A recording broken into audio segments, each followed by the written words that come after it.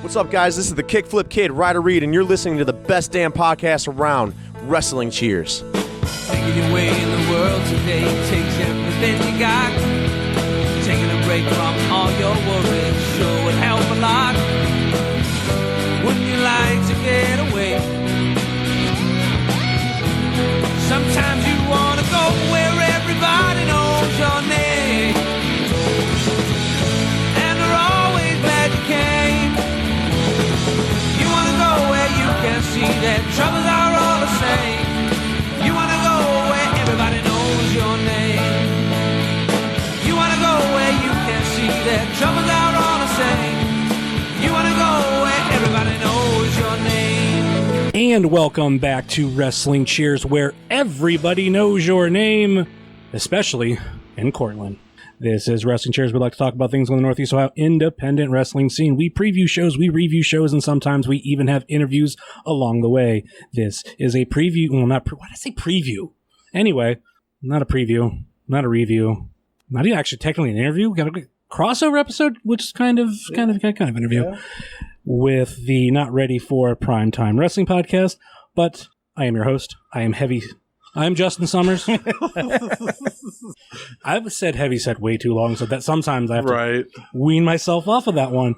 But this is Wrestling Cheers, and we are brought to you by the Trending Topics Network, Midwest Territory, and Key on Sports. Please rate, review, and subscribe wherever you listen to fine podcasts, whether it be Apple Podcasts, Google Podcasts, Stitcher, TuneIn, YouTube, Spotify, iHeartRadio, or Podbean, WrestlingCheers.podbean.com. Check us out on Facebook, Twitter, and Instagram, Facebook.com/WrestlingCheers, Twitter.com/WrestlingCheers, and Instagram.com/WrestlingCheers. Email, if you so choose to desire, WrestlingCheers@gmail.com. And we have the merch store over at whatamaneuver.net. Like I said, this is a crossover episode with Not Ready for Prime Time Wrestling. And we have, the guys from Not Ready for Prime Time Wrestling. We have Charly Butters. What's going on, man?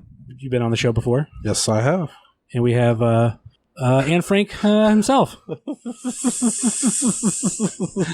He's flicking me off. Jared Jayhawk Hawken, for those of you who don't get the reference.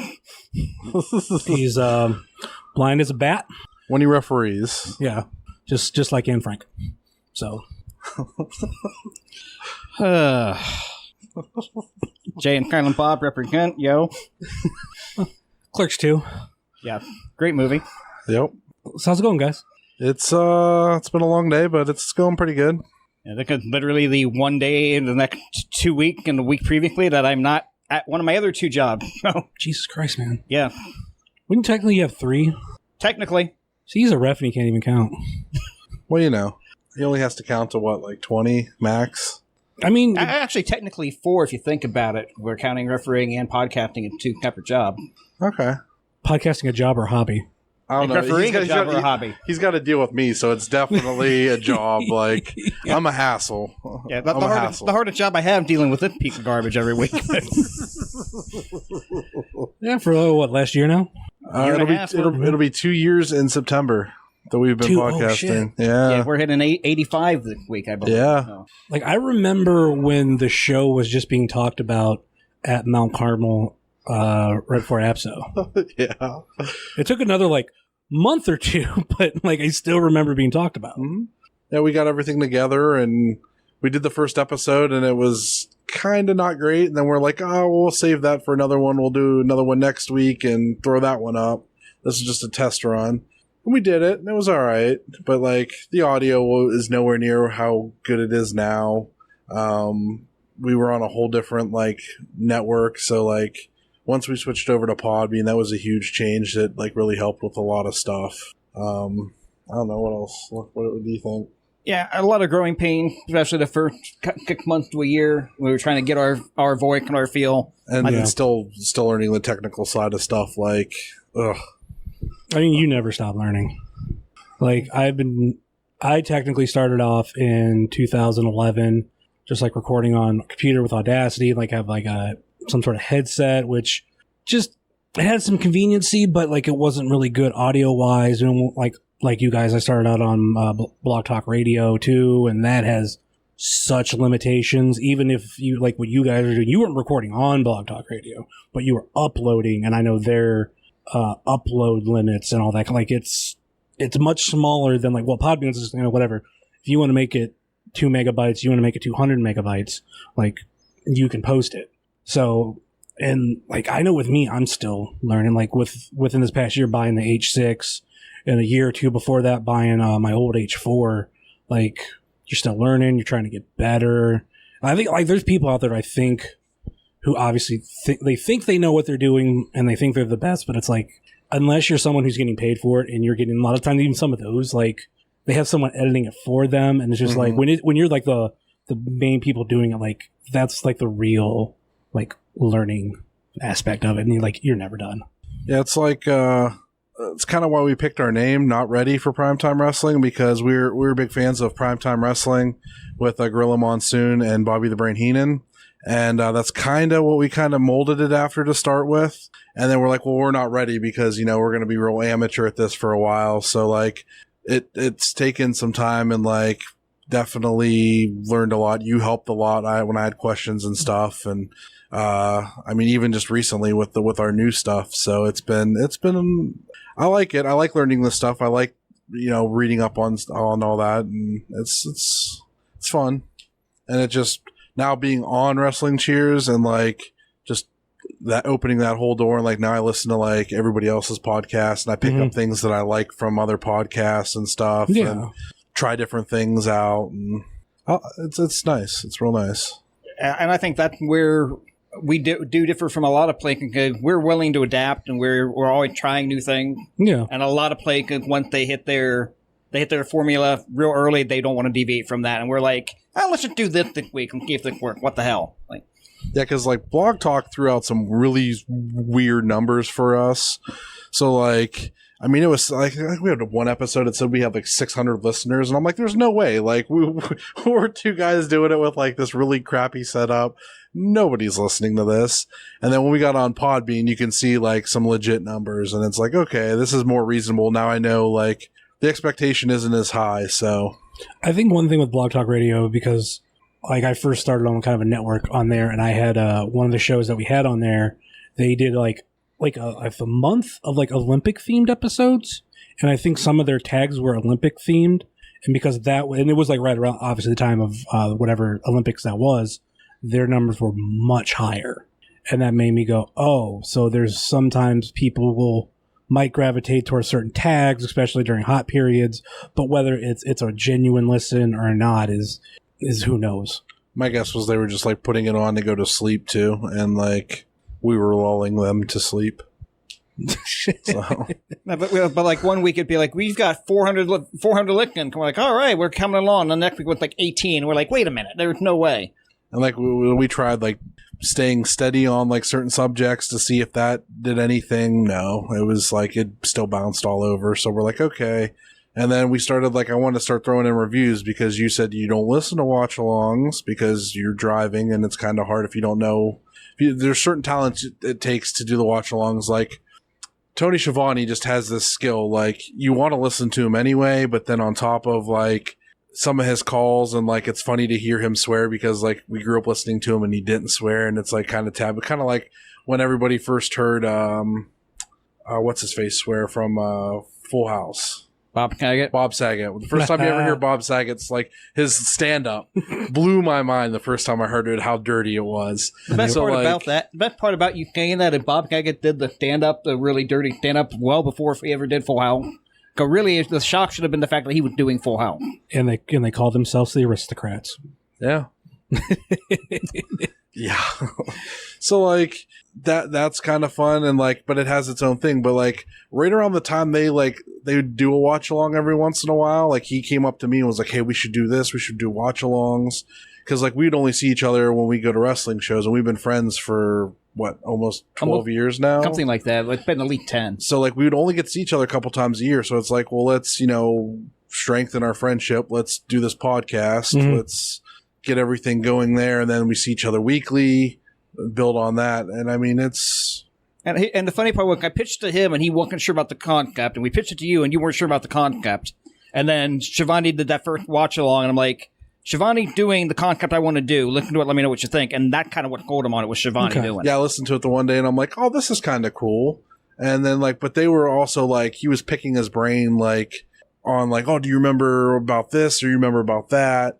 And then, like, I didn't know who Conrad was at the time. Like, now compared to then, like, I thought he was just some crazy redneck hick and I couldn't stand the accent. Now it's like, it doesn't even bother me. And, like, I enjoy a lot of that, but I haven't listened in a while. But he's still a cranky redneck hick, but he knows wrestling. Right. So, like, it was, like, real foreign at first. And then I'm like, okay, I guess this could work. I mean, if they're doing it.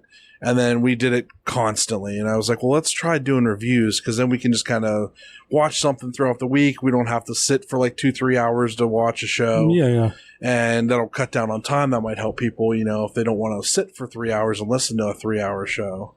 So, and those started coming along and doing good. And I was like, man, this is real cool. So it also gives you versatility. Because I think that's one thing that I love about Wrestling Cheers. Like, we mainly cover AIW. They're the best, you know, like, a company in the area, so they're putting out at the least one show a month. So there's going to be preview and review. Sometimes there's obviously more than that. So then, like, if people like the previews, they can come into it. People like the reviews, they can come into it. People like the interviews, which is a nice little thing to fill stuff in.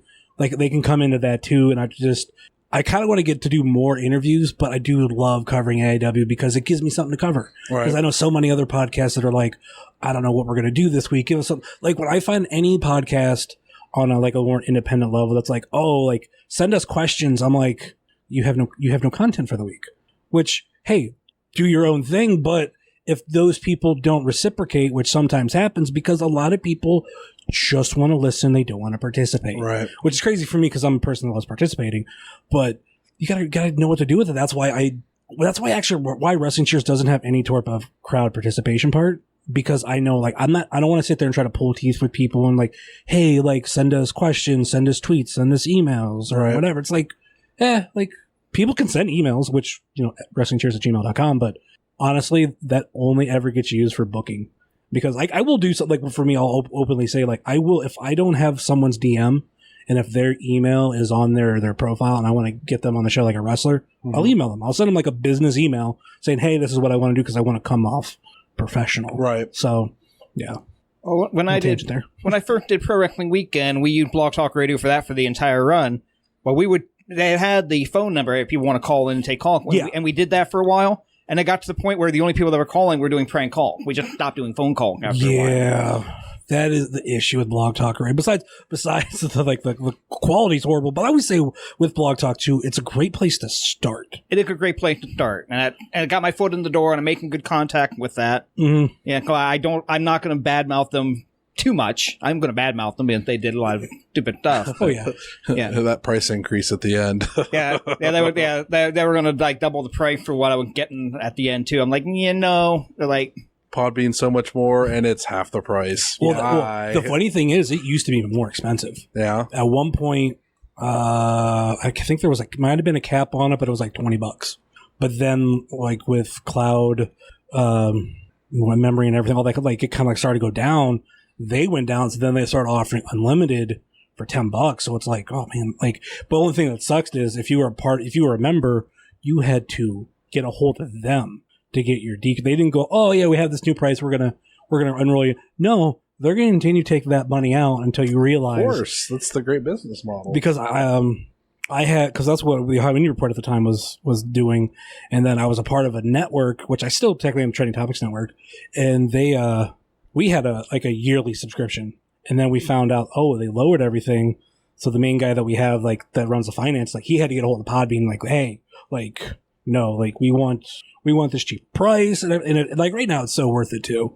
And if Blog Talk Radio was bumping it up, I think because most people get on there for a while, then they get off.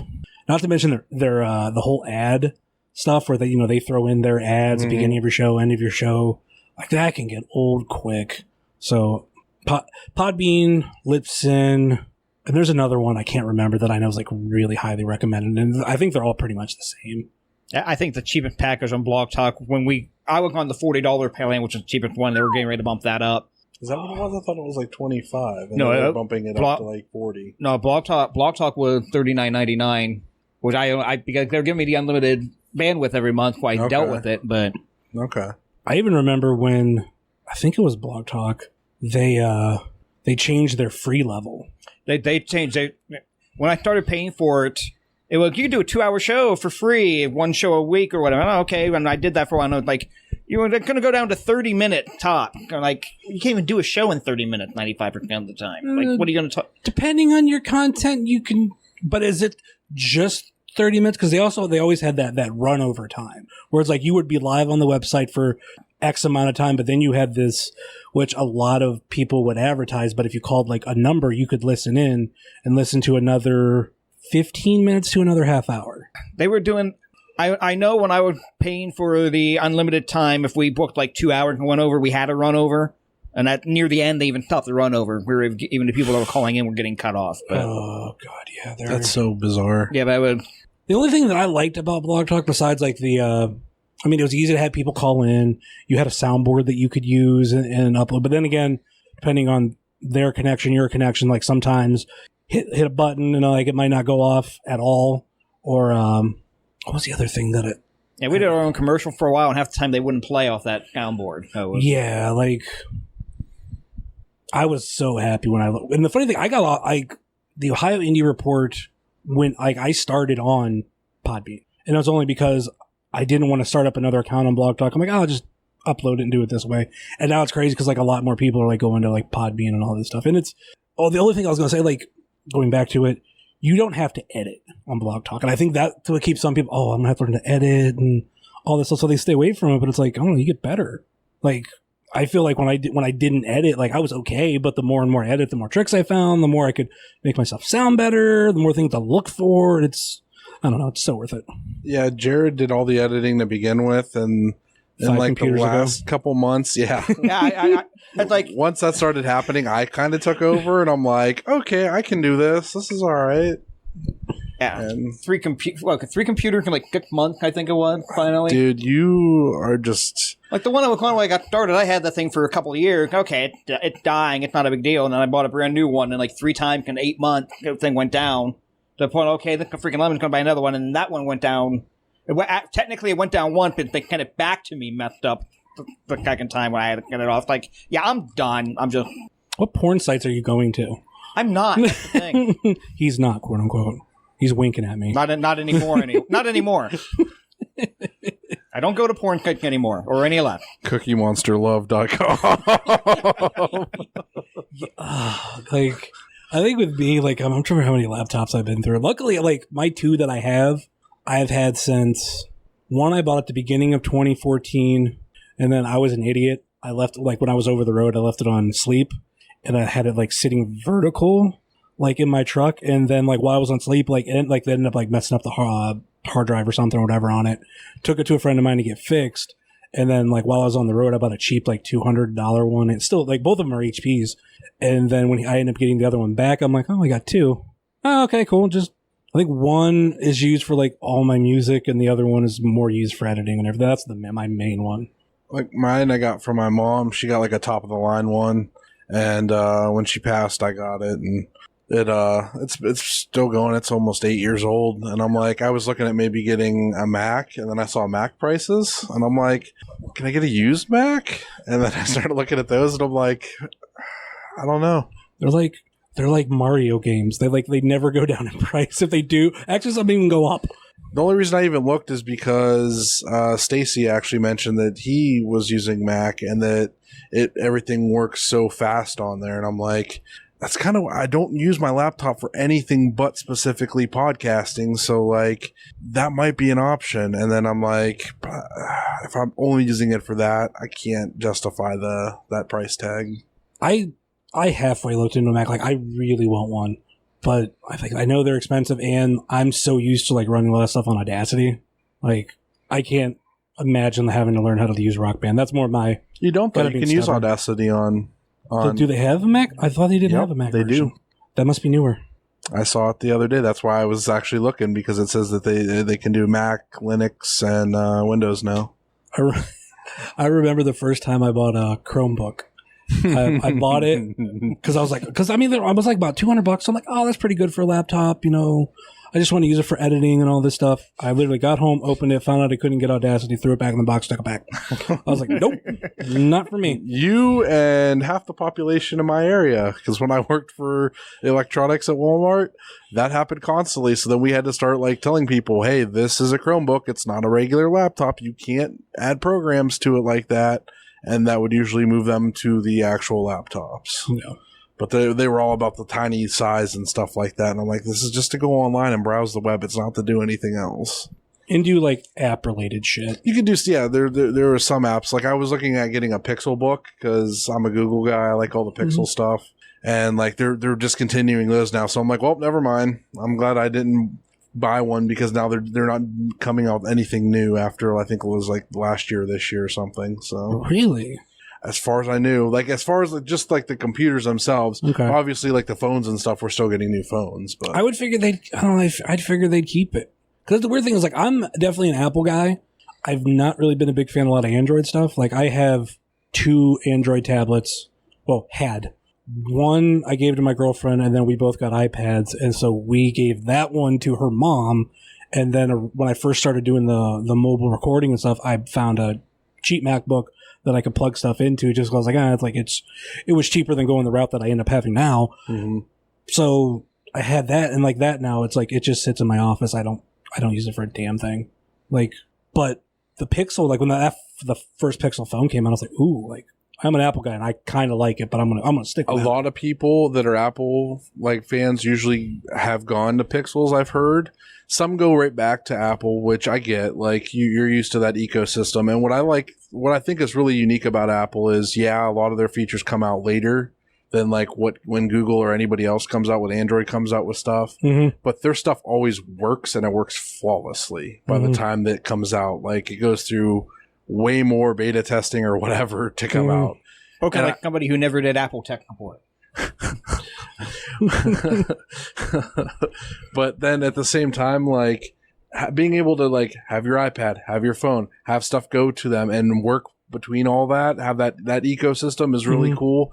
And I was hoping Google was going to move towards that with their Pixel products. Mm-hmm. And I don't see it happening. I don't know if they can figure out a way to make that all come together for them. But I like my Pixel phone, and I'm getting the new Pixel when it comes out this year. So their cameras are like amazing.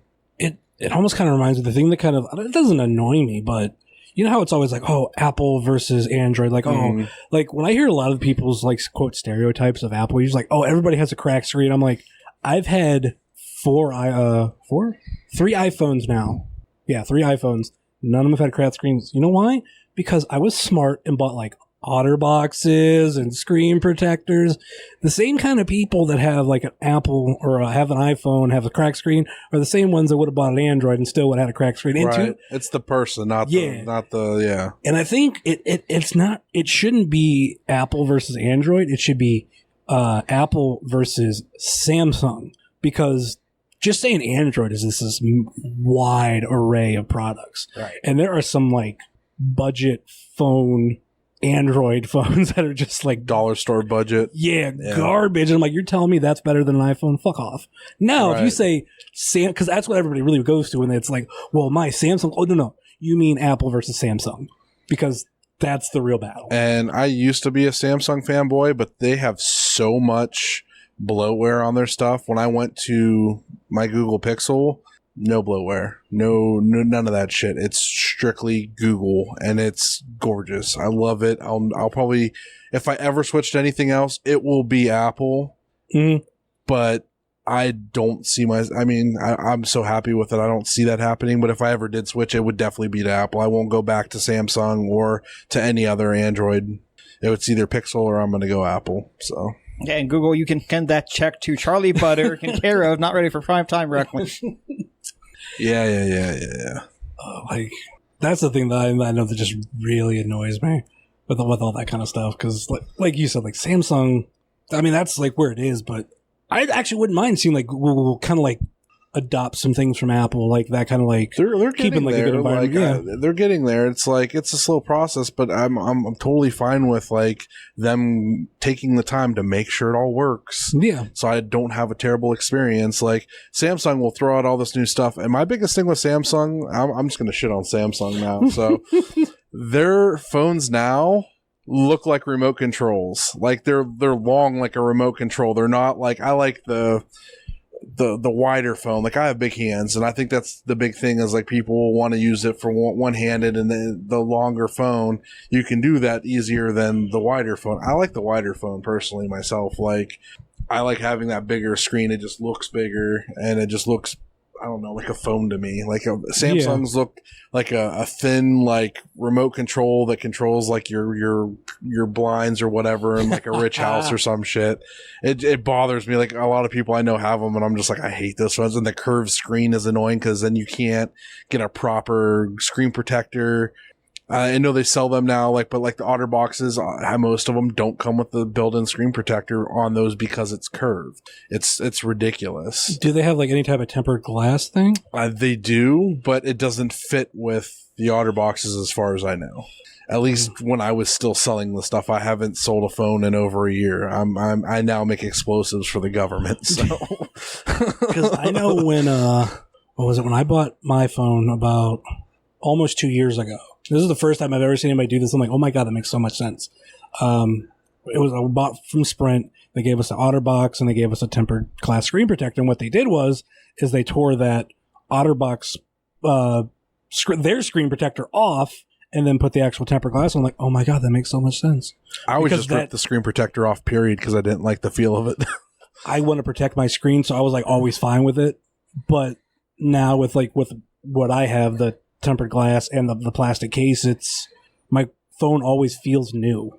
I always would rock a case, like an OtterBox case, but I'm always conscious of where I put my phone or like where the screen is. Mm-hmm. So I've never had scratches on my screen ever. Like I've always been super conscious of that. And I mean, my first ever smartphone I had was like this little tiny Aria phone. I mean, it was tiny. It was literally, and I dropped it in the bathroom at work at Walmart within my first week and cracked the screen on it. And that was the only time, like after that happened, like I would still wake up having nightmares that I cracked the screen on my phone, like freaking out. I cracked the tempered glass on my last phone at one point. Like, how do I even do this? Like, that defeats the purpose of the tempered glass. Like, how do I even do this? I've seen people put a life proof on their phone, walk out of the store, come back 20 minutes later, and the screen shattered underneath of it. Stuff happens. Like, no matter what you do, it can break, but like, I don't know how she did it. It still amazes me. She still has the phone to this day, but she literally only had it for like less than an hour and cracked the screen on it in a life proof. Wow. So I would tell customers when they demand the life proof case, I'm like, that doesn't really help if you drop it. I was like, I've seen somebody drop it and crack the screen in 20 minutes. That's nuts. And they're paying $80 for those when you can just get an OtterBox for like half the price. And it's bulkier, but you really going to drop it in water more than you're going to drop it on concrete? Like, I don't know. You're going to lose it in the snow for a month? You shouldn't have a phone if you do that.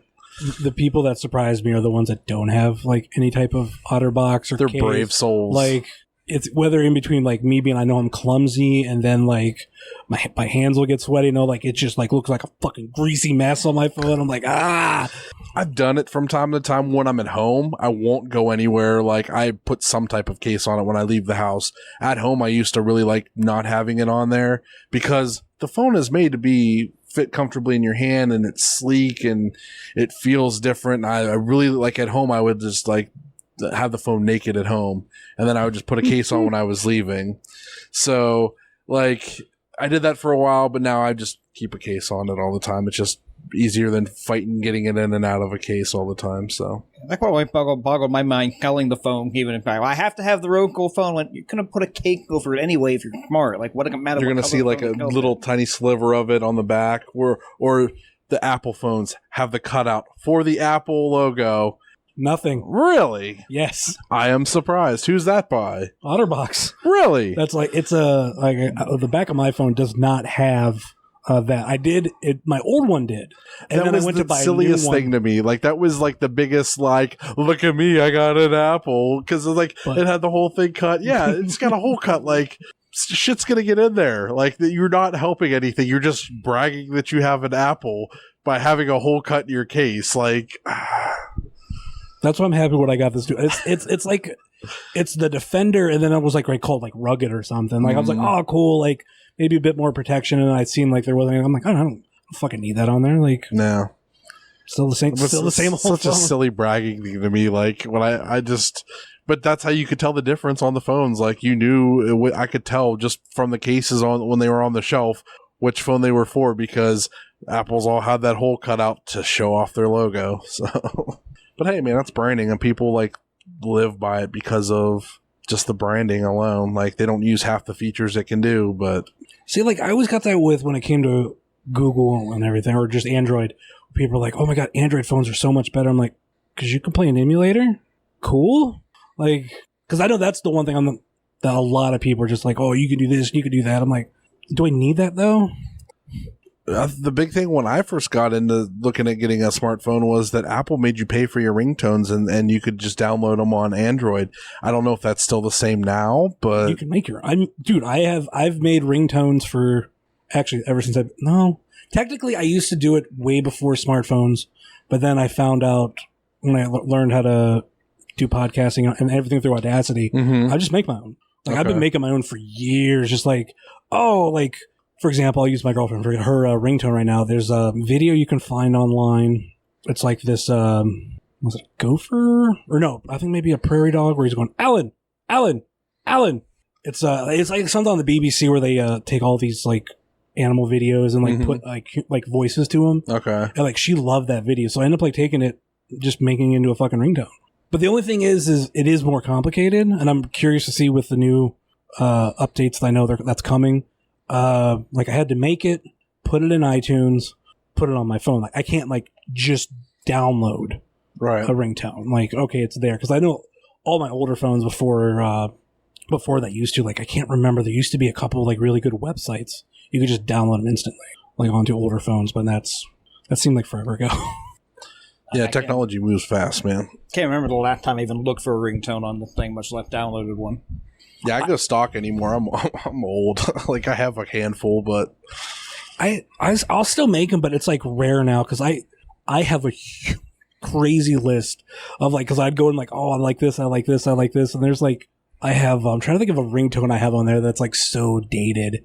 I had technically the Raw General Manager one because like it was obviously the Apple tone of just blink, but it always would go blink, blink. Right. So I like made one that did that, and I had one that says like, I think had Michael call at the end of it like, "May I have your attention, please?" or something. That's awesome. I used to have a tech tone for a friend of mine. It was Sheldon from The Big Bang Theory going, "Got your back, Jack. Bitches be cranky." I had a few Big Bang Theory ones that I made for people. My ex for a while, her text tone was Queen Penelope AFK. What? Actually, Jared's for mine right now is Ric Flair's Woo. And then I downloaded last night the opening bit from Cheers for yours because we just yeah, she's Karen is playing with a tote bag. She likes it apparently. And my fiance locked her phone the other day. She's like, "Can you call my phone so I can find it?" "Yeah, sure, no problem." I call her phone and I'm kind of waiting for it. I'm hearing it ring on my end. And the next thing I hear is that Death Mosquito song. I'm like, "That's my fucking ringtone? Death Mosquito? What the hell?" It could have been worse, I guess. How? It could have been like your annoying fiance is calling or some shit. I don't know. I would have accepted that. That's good-natured ribbing. Oh, man. Yeah, she liked me. I'm afraid to give out my ringtone call for people that don't like me. What the hell? The thing, like, because my girlfriend is so, like, I don't call her technology illiterate, but when we first started dating, like, she didn't really understand how to use apps. Like, if she wanted to, like, pay a bill, like her phone bill, she would just pull up the browser, go to the website, and I'm just like, there's these things called apps, right? And, like, we started dating in 2016, beginning of 2016. So that technology had been out for quite some time. Yeah. But like we just got iPads, and it was actually, I can't remember if it was yesterday or the day before. She's like, I can't find my phone. She's looking everywhere for it. The thing is, like, I love my Apple Watch because I can ping where the hell my phone is, because that's, with it being like a black case, right? You just put it upside down in the wrong place, it's just going to blend in with something. So I just I hit the ping, go find it. And now that she actually has another Apple product, I can go, like, I just told her, I'm like, wait a minute. I was like, come here. She's like, what? I'm like, and I grabbed her iPad. I'm like, find my iPhone. Like, pull up the app. She's like, and then like I taught her how to use it, and like she hit it. And I'm like, see, like, you don't need me, like, especially too, because I'm like this. Like, my phone's on silent all the time, especially with the watch. Like, everything will go to that. I don't really need much else, but technology, like, you can find out. Some people are just comfortable without it, man. That's. I used to like really rag on all that, and now I'm just kind of like, I'm more laid back about it. I'm like, whatever. Like, you'll do what you're gonna do. Like, I don't know. I used to have hot takes all the time. I really don't have them anymore. I'm kind of just like, whatever. Like, our political stuff that we will not get into on the way, and I'm just like, whatever. Like, we knew this was coming. Like, let's just. My take for everyone on AOL, even the actual politic, would just become idiot. Like, read this, and Nick will tell you everything you need to know. Oh, that's wrong. On the U.S. government website, dude. It's not a political belief at this point. And the point that I brought up is, like, there's people, and I've heard of this, where, you know, they'll go to a doctor and they'll be like, well, you got this. I'm like, well, WebMD's, like, you're going to dispute your doctor versus something you looked up online.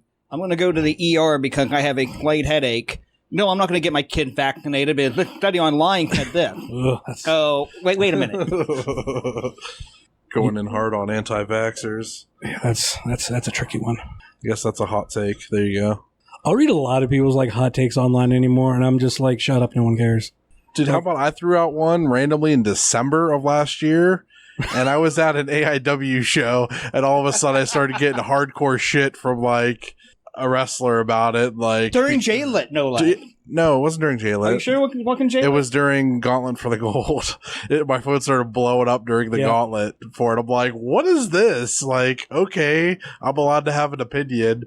You made money off the show? Cool, whatever. I don't care. I think it's stupid still. Yeah, people could definitely have opinions. I'm always fine with that. There's some people, I swear, like, all they want to do is like throw out hot takes. And like, anytime I read anything now that's just like, they try to like just grandstand something like, this is better than you or this. I'm like, shut up. Just stop. So like, I kind of like threw out in response, because I threw a hot take recently because I really do believe it. Because I've heard people just say like, oh, Taco Tuesday's basic. And I'm just like, tacos are fucking basic. Everybody likes tacos. I mean, I like tacos, but like this crazy popularity of them, it's just like, apparently there's a show on Netflix. I have not found it yet, but I've only looked like one time. It's called what is it? Taco something. What the hell is it? My memory's really bad. But anyway, the whole premise is they go to different places and they talk about tacos and like the different types of tacos, where they come from, like the region and why they're made the way they're made. Oh, okay. And I think it's called the Taco Chronicles, I think is what it's called. I heard about that. And yeah, so I was like, I want to check that out because that'd be interesting to learn like why this taco is made this way. Like, it's probably some stupid reason, or like it has something to do with like the way like the agriculture is there. But I want to know. It's interesting. I'm a nerd like that. Like, it makes sense. It sounds like Chinese food. Yeah, because like how supposedly there's so many different like areas of China where like if you actually get authentic Chinese, there's like different areas, different recipes to where there's a reason why things are made the way they're. Actually, I've never thought about that with Mexican food or whatever, but that makes total fucking sense. No, but yeah, like I remember you had mentioned something about like in your Fave 5 like hot takes, and I'm just like, I always thought about that for a while, and I'm like, man, I need to write down some hot takes. And I'm like, I really don't have any. Like, I kind of just go with the flow, man. Like, I'm at the point. My hot take is respond to somebody with, "You're an idiot." Like, that's my hot take anymore. Like, my favorite hot take is the series finale for How I Met Your Mother is absolutely perfect. Yes, Yeah, yes. you are completely wrong about that, by the way. But we've been meaning to get into this. This has been going on at wrestling shows. Let me make the sign. Prove me wrong, and I will. Actually, I'll prove you wrong of how everything is right about it. Number one, the plan was from at minimum the beginning of the second season. Okay. So there are definitely a lot of clues that you're going to get this. There's a part in the middle of the series where Ted and Robin make a pact that they're going to get married if they are both single at a certain age. Number two, the show is called How I Met Your Mother, not How I Got Married and Lived Happily Ever After with Your Mother. During the 8th season, my ex that I was dating at the time, she brought up a really good point. She was like, why is Ted telling the kids the story? And I was like, well, what do you think? She's like, I think the mom's dead, because they would have gone to their mom of like, how did you meet dad? And they probably know everything like after they got together. But why is he telling this story? Why is he sitting him down and make sure he's telling this lengthy story of how he met the mother? Yeah, I kind of had the mother being dead way ahead of time too, and I was okay with that part of the ending. Yes, that bit to me, like, okay, he can mourning. That's why he's telling this long, drawn-out thing. My guess was that they were going to switch it halfway through the series, and then it was going to be the mom doing like her half, and like like flipped everything. I didn't really watch the show till after it was done, and they started putting like, and I could binge it all. So like I had heard what the ending was at that point, but I still was like excited to go through everything. Okay. But yeah, continue. I pretty much made my point at that point. Like it came off like, okay, he can mourning. Maybe the mom just died. That's why he's going on this long drawn out thing. I think the thing is it's hard to like tell the story of how long it's been since mom died. But actually, there's a line where it's just like, oh, I think the daughter might have said how long it's been. But somebody mentioned it somewhere. I do remember that. Yeah, like someone could say like, I've been mourning for 7 years, but like just hearing that, yeah, it's like, okay, like you just hear a number and you don't think about it. But actually, you think, where were you 7 years ago? What was your life like then? How have you changed? And I think if you really look at the story, it starts with how he met Robin, and then within the last episode, well, like, technically it was a 2-parter, but around there is where he officially lets go of Robin. He basically told like how all this stuff. Also, the thing, they were incompatible because she wanted to do her career and do her traveling, and he wanted to settle down, and he wanted kids. Yep. She at that time she just didn't want kids. We found out later she couldn't have kids. Right. But even when they mentioned she couldn't, she didn't want kids. But he's like, but Aunt Robin loves you. Right. It's like they really hammered a lot of stuff with Robin. Like I had like, this is to me is one of the most saddest stories ever. Is I had almost the whole course of the show, I had a friend of mine who met someone, got married, and like we had this huge thing of like always talking about How I Met Your Mother, and my friend's wife was always adamant of like, it better not be fucking Robin. Like so many times she's like, if it's fucking Robin, I'm gonna be like, if Robin's the mother, not like if everything happens the way it did. Okay. 2 months after the show ended, she passed away. Oh no. And like I was like, well, at least she got to like see the story, and like that was something like really like we had to have like one more conversation after the show had ended, but like that was that whole thing of like she was like, better not be fucking Robin. Well, they telegraph either Kinkin 1 or Kinkin 2 what even the name of the mother was. Like he meets that stripper, got the fake name, and then he like give her real name. I'm Tricky, and that's how I met your mother. And the kid went, what? Because they obviously knew the mother's name. Yeah. Yeah, because they telegraph what the mother's name was in like Kinkin 1 if you were paying attention. Can I just point out it's really fucked up that he told his kids about all the times he hooked up with people and how like all their aunts and uncles screwed all the time, and like how horny Uncle Barney was the whole time. Did you see the trailer they made right before the final Kinkin? No. They've got the actual kid, but they're grown up now, but they've been 8 years into it. And it starts off, you hear Bob kind of get going, I need to tell you about the best falafel I ever had. And the kids were like, Dad, you've been telling the story for 7 years. Stop. Yes. The only girl I have seen in 7 years is my sister. I'm starting to think things. Like they're like, wow, there's. I mean, you're right. If you go back and watch the show now, and I still love the show.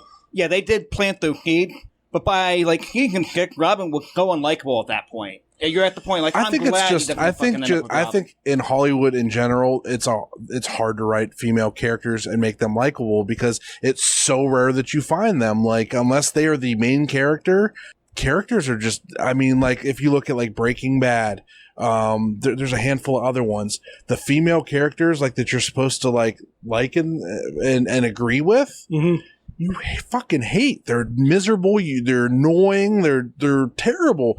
And you go back and watch it again. Like the first time I watched Breaking Bad, like I watched it, I think it was like 3 seasons by the point I started watching it, like going through everything. And I hated her. But if you watch it again, now I'm like, she had every right to do what she did. Like he was being the idiot and she was just acting normal. But like just the ways certain characters are written, I think it's just a hard thing. Like even in Daredevil and some of the other shows, the female characters are just, they're like almost like an afterthought. They're just not written well enough. And then it makes them unlikable because they're just like, they're bland and just annoying when they're on screen.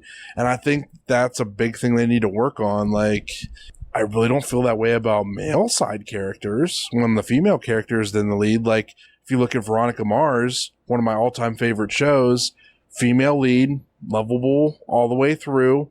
Male side characters, her dad, a couple of these other guys she dates or whatever. And I liked most of them all the way through and enjoyed the certain characters. I never had a problem with it. So I think it's just, they just can't write for women as a side character. But you look at the Robin character on How I Met Your Mother, like, she agreed that she's going to break up with her boyfriend to be with Barney. Barney break up with his girlfriend to be with her. She ended up not going along with it. So she's showing herself to be a bitch there. Later on, she's getting married to Barney, and she's like, I should leave Barney and be with Ted. Like, yeah, she's being a bitch like the last 3 or 4 games. At that point, you're just like, I'm so glad these two don't end up together. Maybe she's just confused. I don't call her a bitch. Maybe she's just confused. The wedding I can kind of get, wedding jitter and that kind of thing, but... She's Canadian, so... Yeah, Robin Sparkles, man. Like, come on. She did have that unhealthy obsession with Paul Schaefer. I mean, there's all kind of little things in there. My favorite running joke of the show, because they didn't always like put a spotlight on it, but if you knew the joke and you paid attention, it was always a good chuckle, was the fact that they always referred to a smoking joints as like eating sandwiches. Sometimes you would just see someone eating a sandwich in a flashback, and they're not like trying to make it look like he's smoking. It's just like, oh, I'm like sitting here and like having fun. And then, like I said, if you just pay attention, like, oh my God, like there's a reference they're not even like putting a spotlight on. But if you get it, you get it. Well, even like sometimes they would do the flash forward, like they would flash forward where they're at a Thanksgiving dinner or whatever, and Marshall, you can like give her the carved turkey. And then come and point it out after the fact. You know, Marshall's dad walking in that scene, and then like 2 seconds later, they killed off his dad. Like, shit. Like, that, they really put a lot of thought into a lot of that. Yeah, there's... Man, I never got the whole sandwich thing. I kind of need to rewatch all this now. Like... Yeah, because when they first introduce it, because he doesn't want to tell his kids that he was smoking weed, but they obviously make it like, be like it's a joint because obviously the size of a sandwich.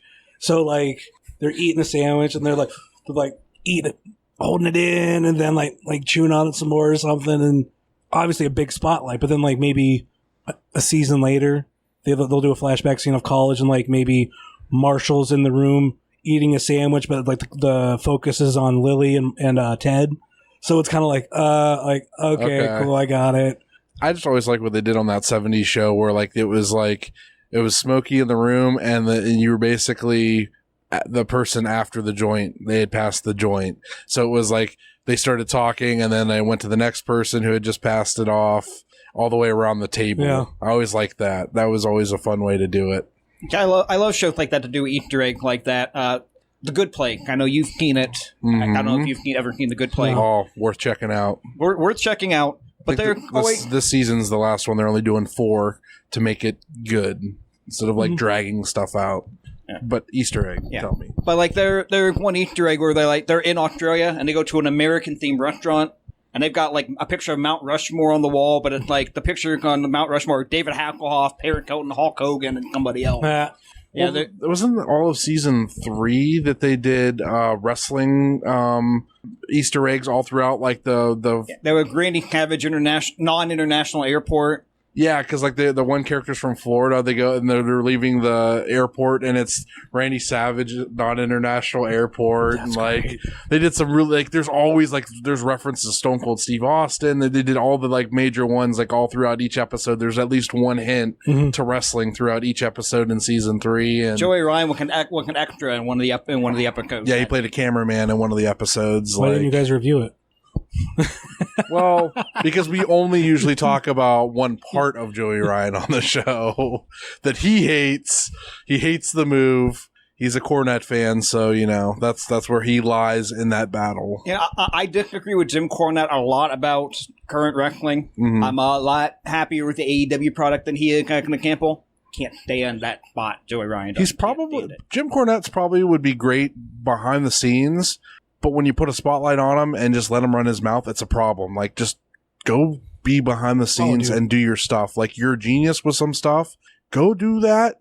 Don't talk about the shit. Like, you're just... Cornette commentary on MLW is fantastic, and he give an insight that most commentators don't give. Yeah. He actually, the Trio Woe spot, he actually explained it to why the guy stayed tied up upside down and made it believable. Like, no one's ever done that. I feel like I've heard that before. I don't know if you've got it on your show or not, but you've said it on your show. Yeah. Yeah, we actually talked about it not that long ago, I was going to say. I want to say, because I actually did listen to... a few weeks ago, 3 or 4 weeks ago. I thought it was... Yeah, because I listened to a couple things recent. I thought it was the sub show. Might have been. One of Probably. them. Yeah. Because Cornette... a lot of older minds in wrestling, I'm like, I get where you're coming from, but if you're not making money right now in wrestling... then there might be a reason for that. Actually making money behind the scenes, I should say. I just think of the meme with from Malcolm in the Middle. The future is now, old man. Like, it's how things are. Like, somebody was throwing a fit, like, that somebody got booked off of a gift from the GCW Backyard Show, and they're like, that's outdated. I'm like, what are you talking about? That just happened. You know what the word outdated means? Yeah. Because, like, that's how wrestling is now. Like, I know for a fact, actually, John Thorne talked about booking a female wrestler for a show off of some gifts. Mm-hmm. Yeah. And, I mean, it was all right. Like... Was that...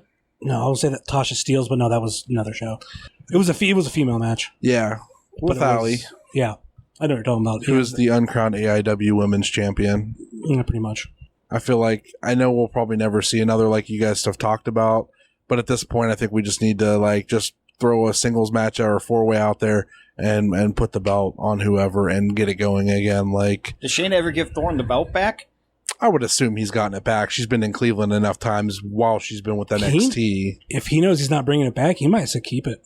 That's not maybe. True.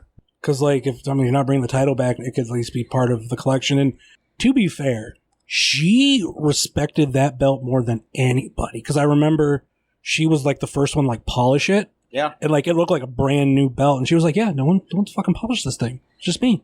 And I'm like, oh, okay. When I met her, she was like, she was talking to somebody, and finally when I got up to meet her, she had to go because her match was next. Aww. And she's like, I'll be back after the show. Please come back. And I waited, and she came back and stuff. Great. So I did get to talk to her and stuff. So I was really happy with that. And like, yeah, she was wonderful to talk to. So I'm very happy with how things have gone for her. So I just think what I get annoyed about is like I said, when a lot of those older minds, like Mark Madden's one, Russo, Cornette.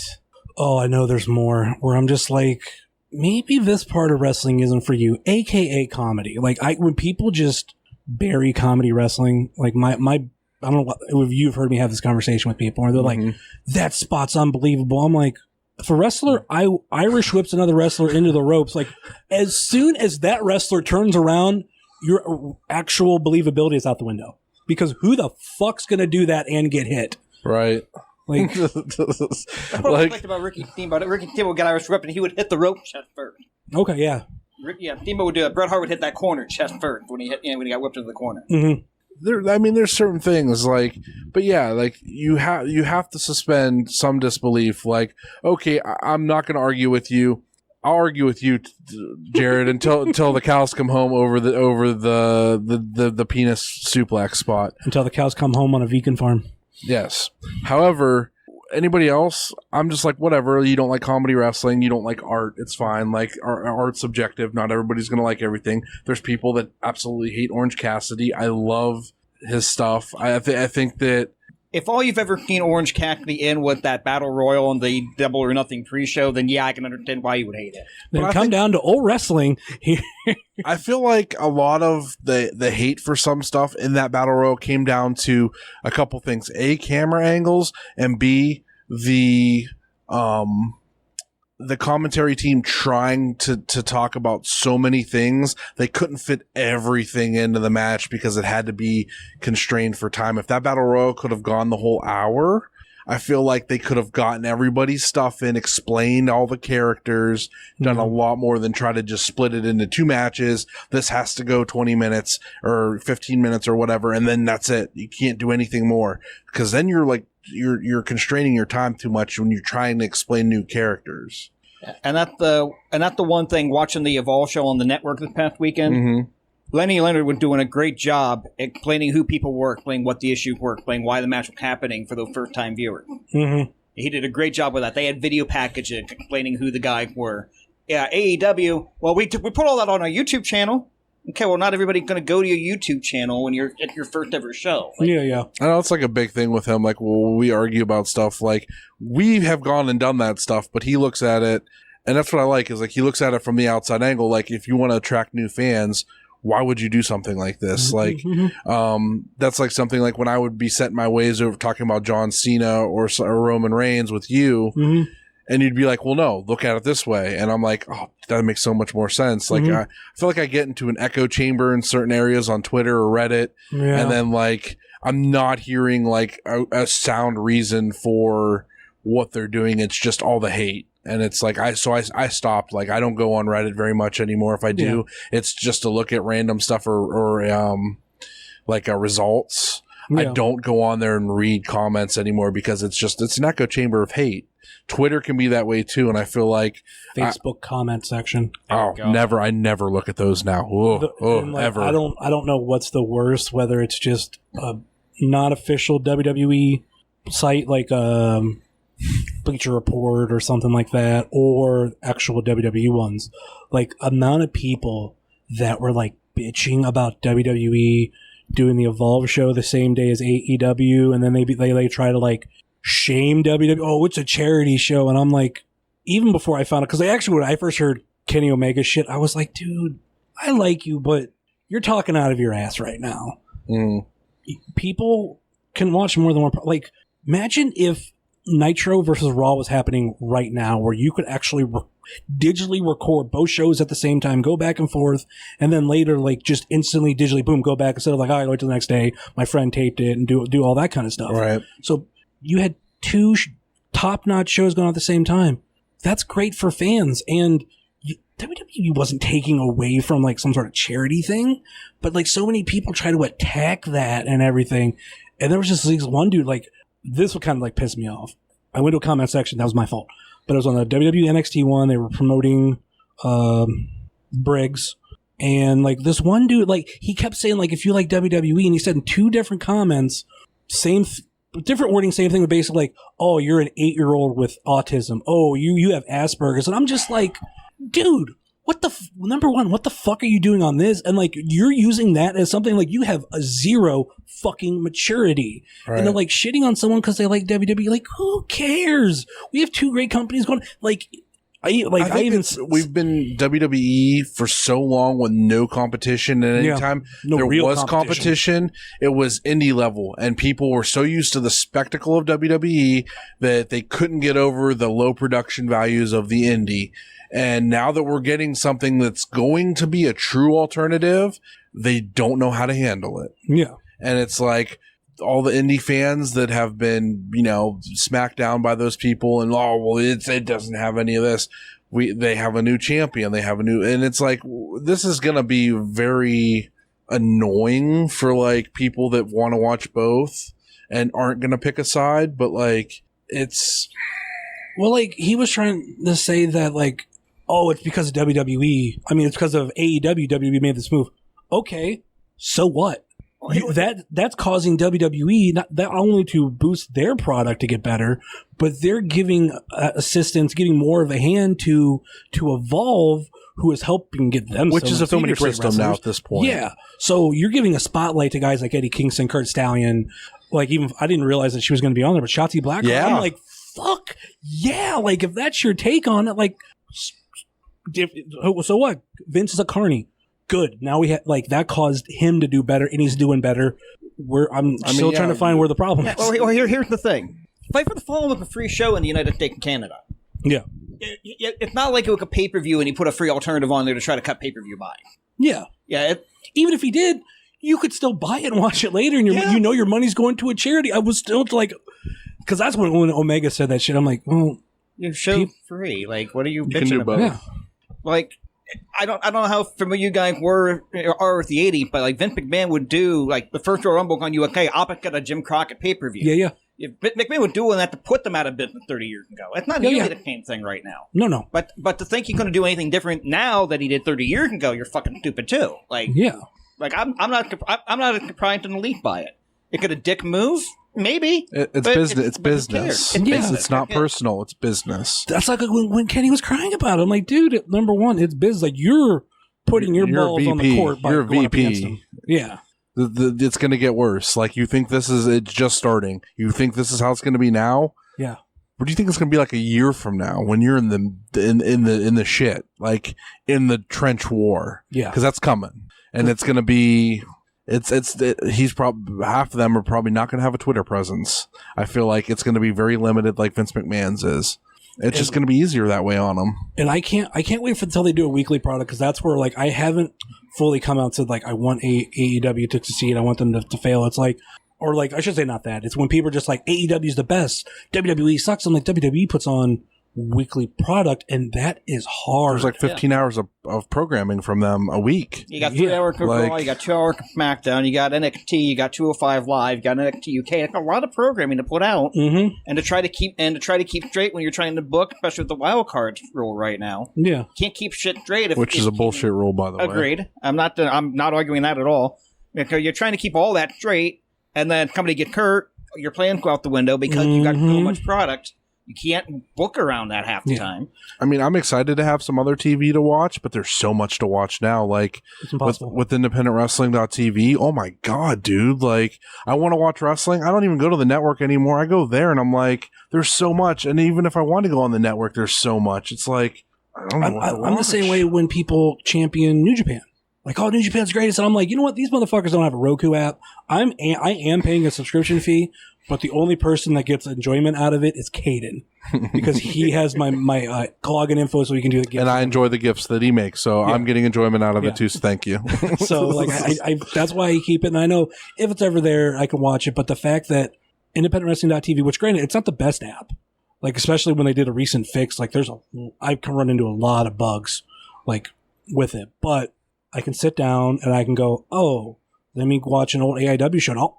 I might have seen the whole show, but since I didn't buy it, I'll watch like all the promos beforehand that I didn't get to see. Right. And I really get to enjoy that. Or Southern Underground Pro. Like, oh, well, let me see what's going on here. There's just so much there. And they do all the live stuff now. Yeah. Like I the first day I downloaded the app, Black Label Pro was having a show. And Joey Ryan was facing Alley Cat on it. I'm like, I need to see this show. I couldn't go to that show. The plan was originally to drive. It was like a 5-6 hour drive. We were going to drive out there, stay the night, and come back. Yep. And it would just money wise wasn't feasible. But they did it live on there, so I was able to watch the whole show, and it was wonderful. The announcer sucked, and they made fun of him after the fact.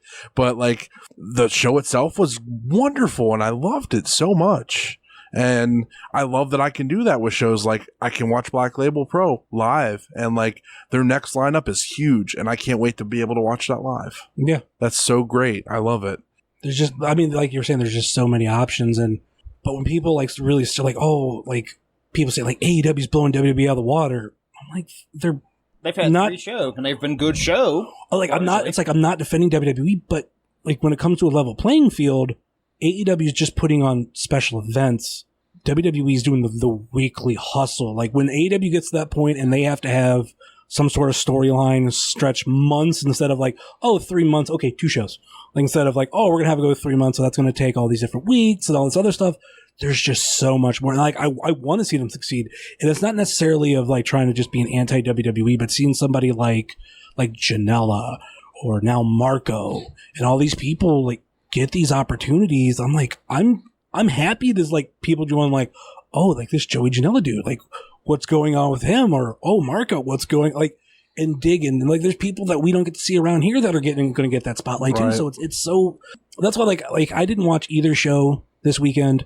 And I actually didn't even watch Extreme Rules either, but it's like, if you can't be happy with like some like really cool stuff going on, people getting these opportunities, all this stuff going on, like, stop watching. Because there's, even not watching, I'm like, Marco's getting cool shit, and Joey Janela's getting out there more, and it's fun. And Eddie Kingston on the fucking network. This one guy I work with, he's actually like the only person I know that's into indie wrestling at my work. Saw my Villain Club shirt and like, or my hoodie, and like, bastard wanted to talk to me about it. And but he saw me today, and he's like, man, he's like, yeah, I watched both shows. He's like, did you watch them? I'm like, no, I haven't watched them yet. I was like, but I was like, yeah. He's like, man, that Marco stunt. And I'm like, oh yeah, hey, check this out. And I showed him a picture of me with Marco from AIW. He's like, holy shit, you met him? I'm like, yeah. I was like, that's how small he is. And he's like, holy shit. He's like, man, he's gonna be a huge star. I was like, you need to start going to AIW. You'll see all these guys before they come to these stages. Like, I can't champion them enough. Like,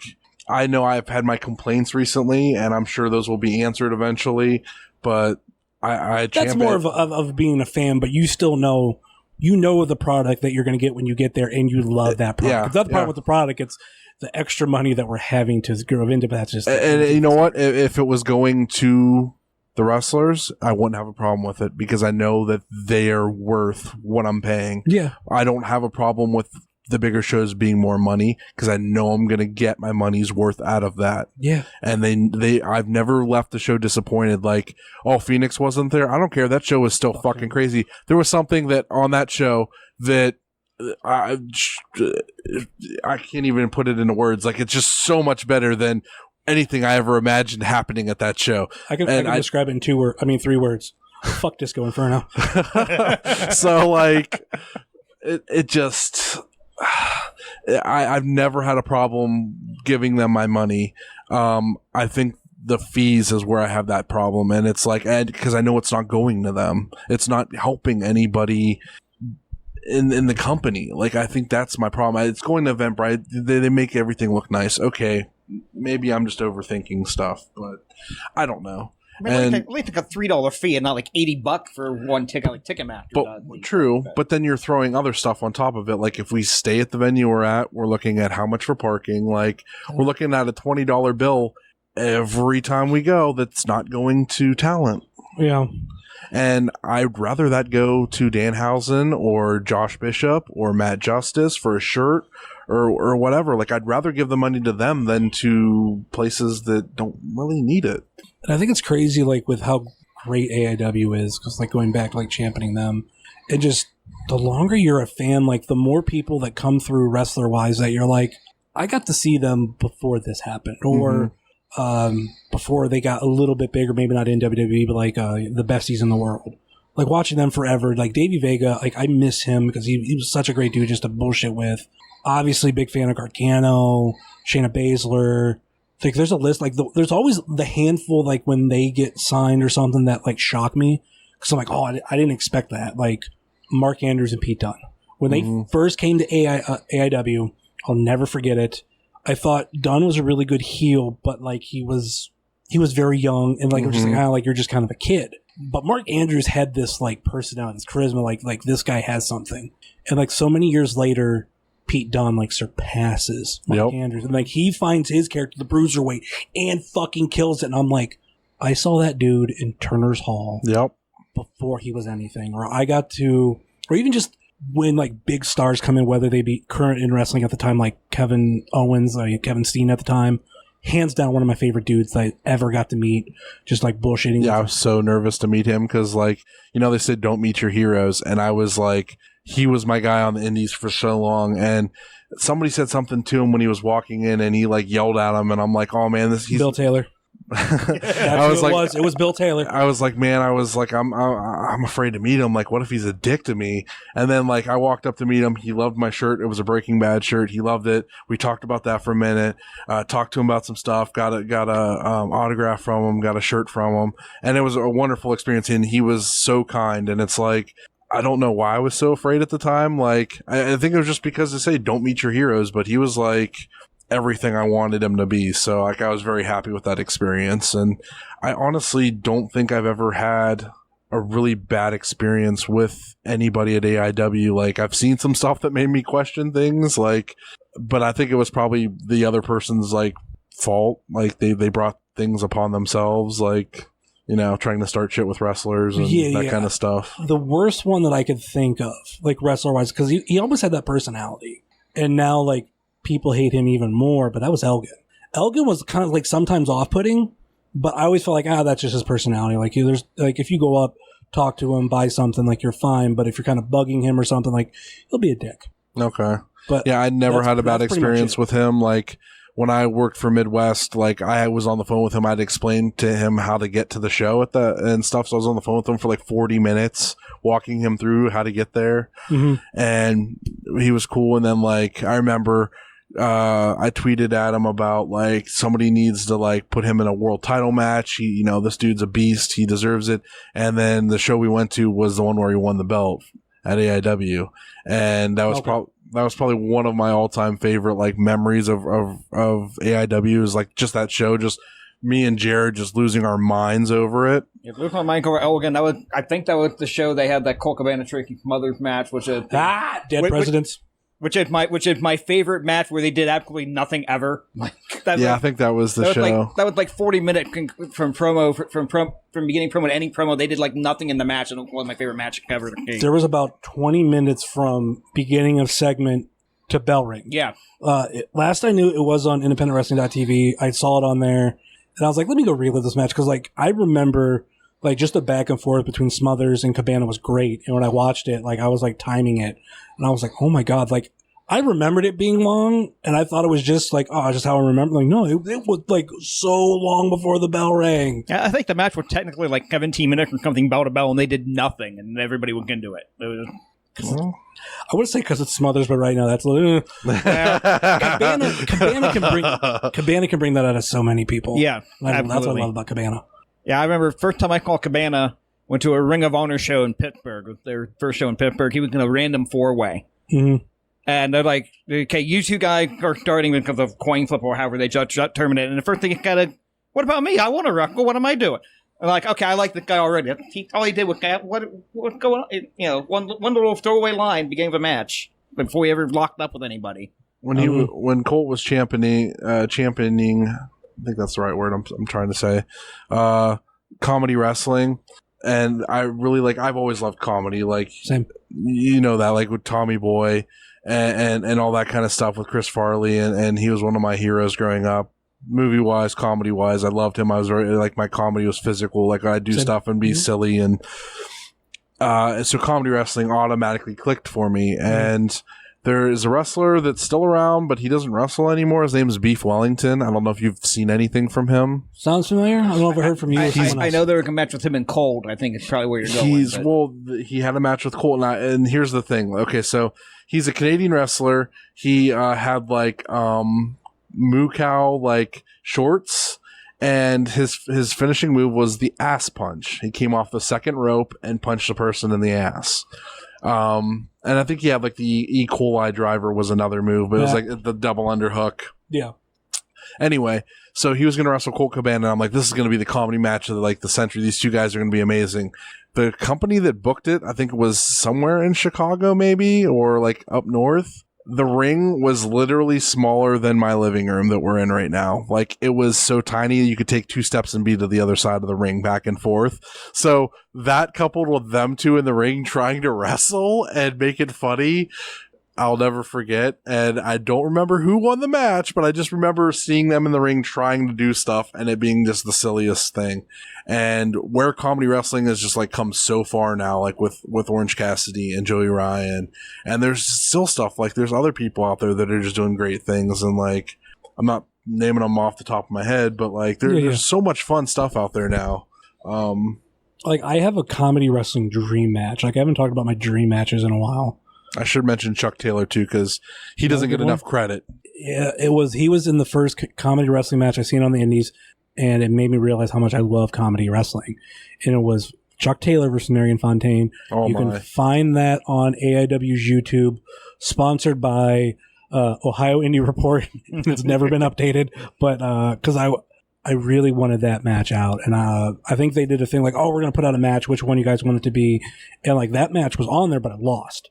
And I was like, I'm going to sponsor that match to be on there because I love that match.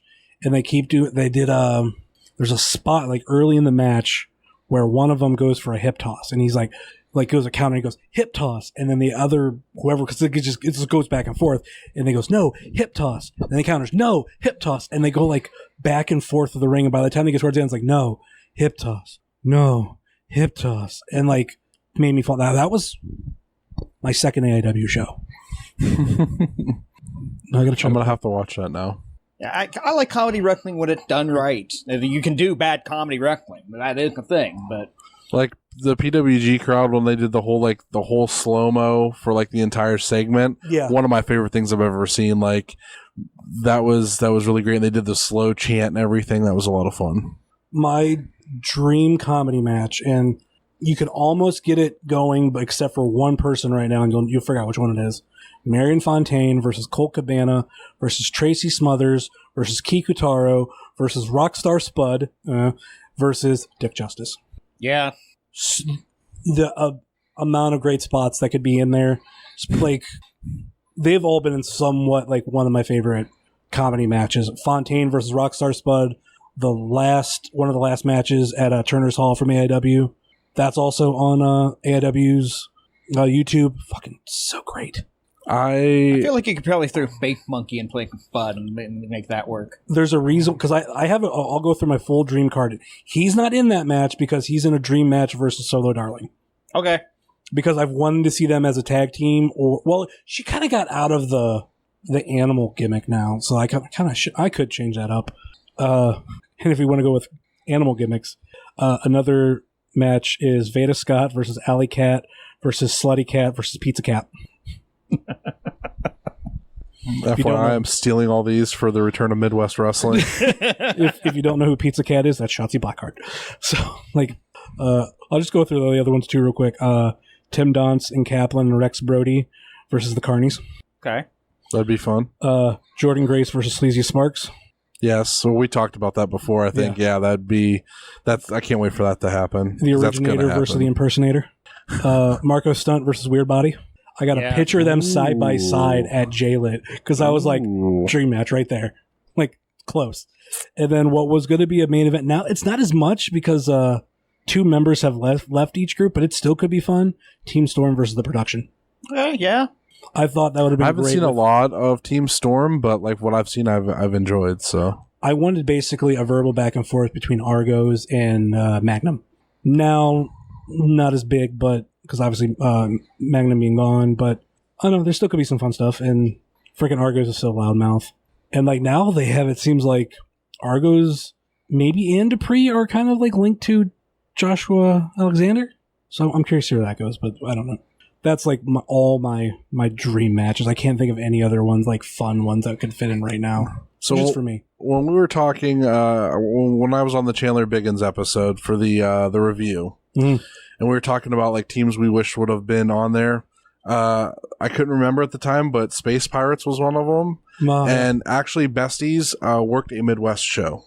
They lost to this other team, but they worked a Midwest show that I was on. Regular show? Regular show. For those who don't know, there was a very, very, very 6-month short-lived promotion called Midwest Wrestling, beginning of 2012. And was it...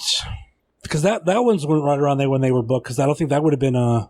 They were the Sexpo Bombs. Yeah, that's what I was say. That was the Sexpo Bombs era. Like, I don't remember... Like, that's the only time I've seen the Cutthroat Crew. I saw them one other time when AIW was in Youngstown.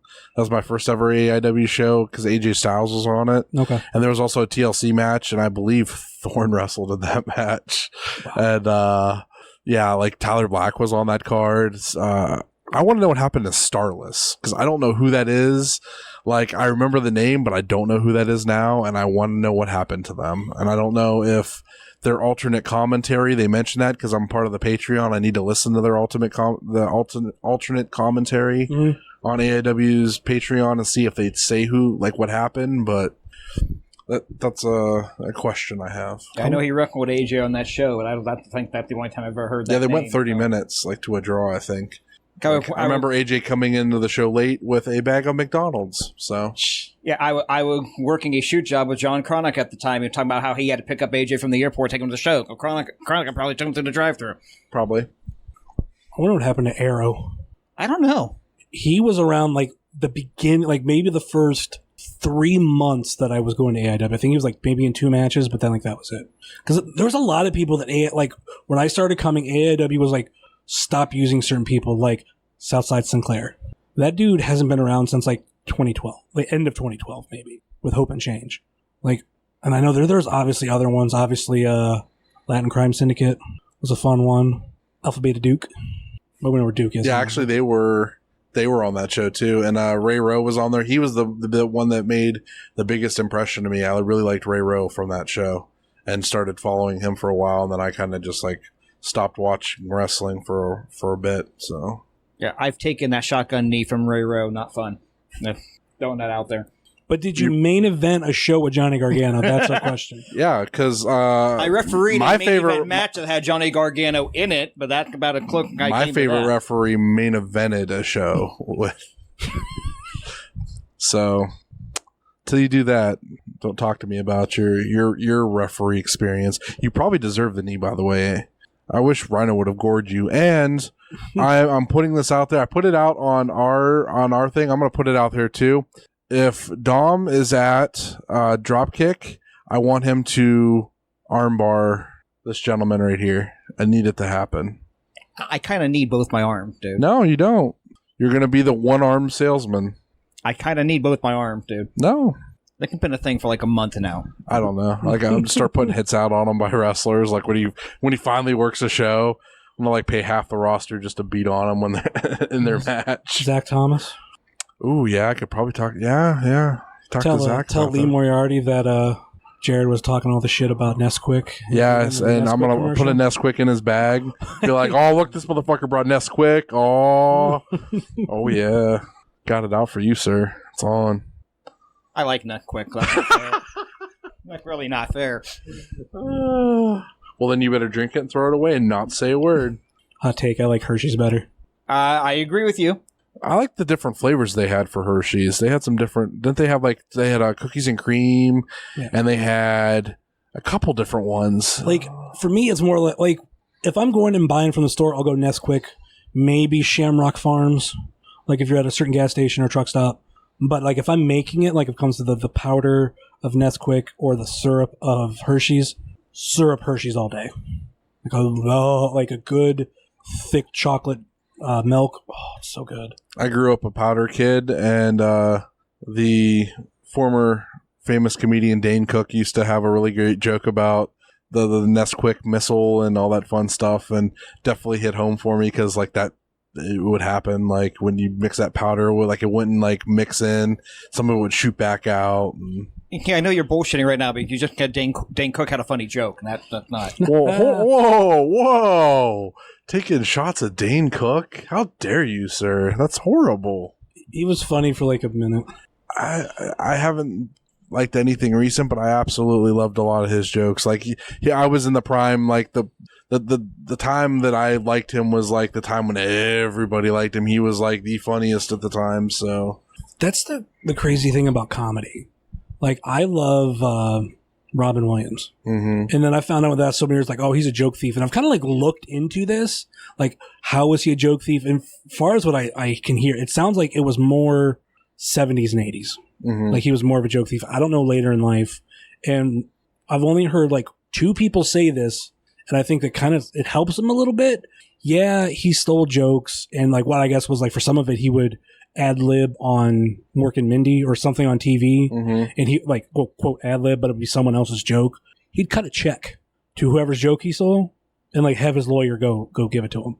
So I'm like, well, he stole a joke, but he paid who wrote it. Right. Which better than most. There's so many things to the comedy like that they considered an art form and like, that's very like you don't do that, you do, and I feel like you shouldn't be telling other people's jokes, but in the context, in that setting, for that crowd that evening, it didn't matter. It was part of the show, and I feel like they need to be a little bit more forgiving on that. If I'm blatantly like stealing all of somebody's material, like by all means, like ban them from doing anything, but like. If that joke fits context, somebody's going to make that connection anyway. Like, there's been times when like jokes have been made and I made a connection and made it even funnier to me because of like another joke another comedian told.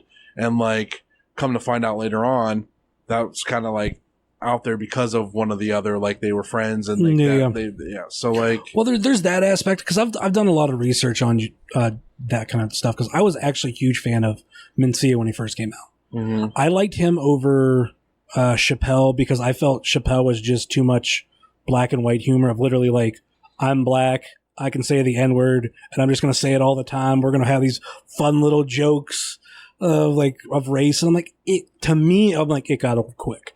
I liked him and see that he went after everybody, but I remember when the Joe Rogan shit hit, like when it first hit YouTube, because I had people come to me years later like, oh, you like Mencia, what about all this shit? I was like, yeah, I remember when that came out.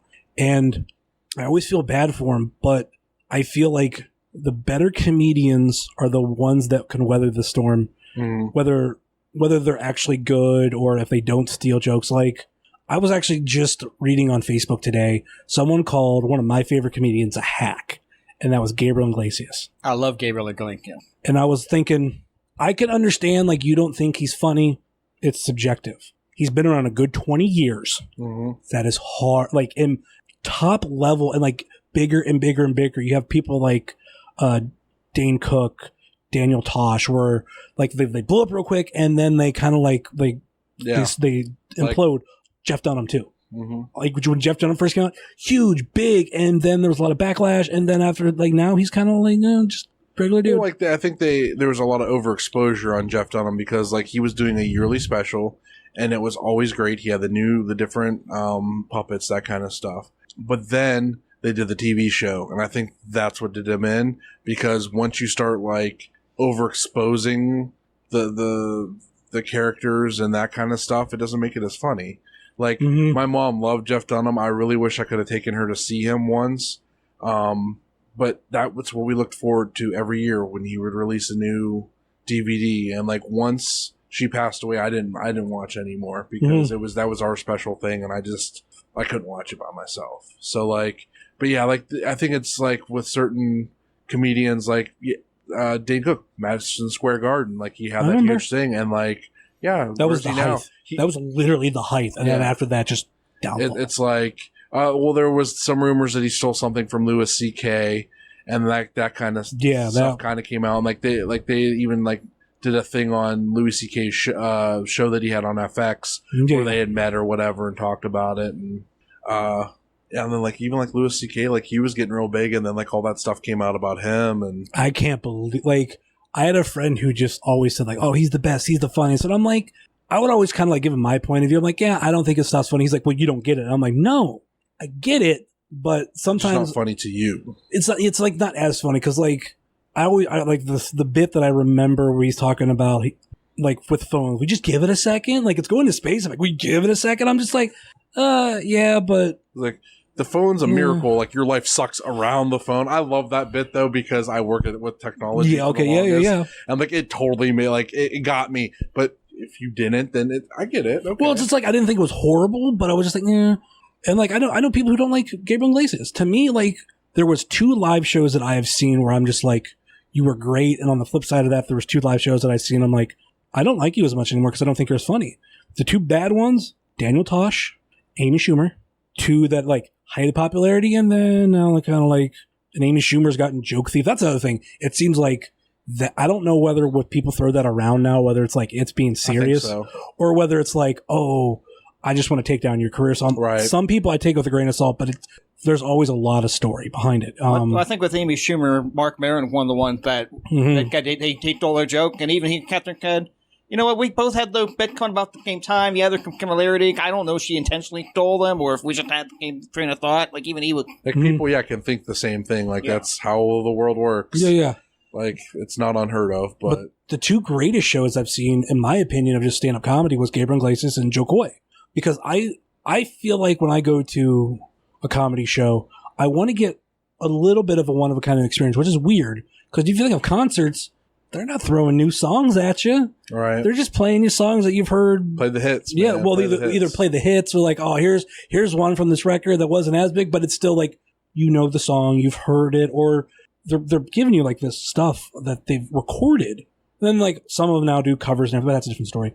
But still, tell me a new joke, tell me a new story, or I have a lot of respect for any comedian that can do crowd work. Yeah. The guy that I just saw up in Erie, oh my goodness, what is his name? Hold on one second, I gotta find his name because I'm blanking right now, but I've been thinking about it the whole time we've been talking.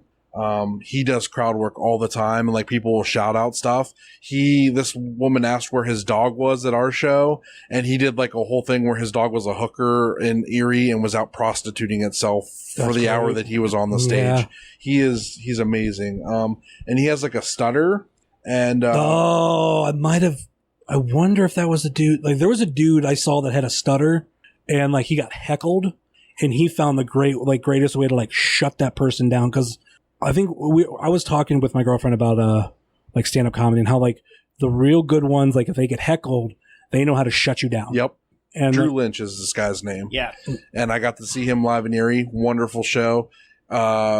He does the crowd work. Like he always posts videos with his crowd work, and he just like takes shit and just goes off on a tangent about it and like makes fun of the person. And but sometimes it's in a mean way. Sometimes it's just like, you're stupid. Like this is, like he kind of like spoon feeds that back to them that they're dumb. And then other times he'll just take an idea and run with it, and it makes it unique and funny in its own bit. Bert Kreischer's another guy I would love to see, but I want him to like, his big thing is The Machine. The story about him going to Russia and not knowing any Russian and becoming a part of the Russian mob. Mm-hmm. Love the story. If I went to go see him, I'd love a lot of new material. I've seen a lot of his specials, like all his material. I want to be there. I want him to do The Machine live. Like I don't know why. There's certain bits I'd like to hear live. That is like, I do like that because I know I've only seen Gabriel once. I think he's going to be at the Canfield Fair, and I just remembered that the other day. And I'm like, ooh. Mm-hmm. He is going to have to work that week, and I'm furious. I want to buy tickets, but I really want to meet him because I have his first album that like you had to go through a special website to buy. Nice. And like it's not even listed on his discography, and I cherish that motherfucker. But the one time I seen him live, he actually did like, what bits do you like? Right towards the end, he's like, what bits do you want to hear? Yeah. And he did the Martin, that whole thing, and then he did Racist Gift Basket. I think I would got that show. I would got one in Cleveland and one in Akron. It was Akron. It was the Akron show. Yeah, I remember him he did that in Cleveland too. I forget which one he told in Cleveland, but he did the same thing. It's like, the clock, I should be off stage by now, but what do you guys want to hear? Yeah, but the thing that I always love about him, because he'll do like a lot of stand-up stuff and he puts stuff online, and he's what a lot of comedians, I compare him to Kevin Smith.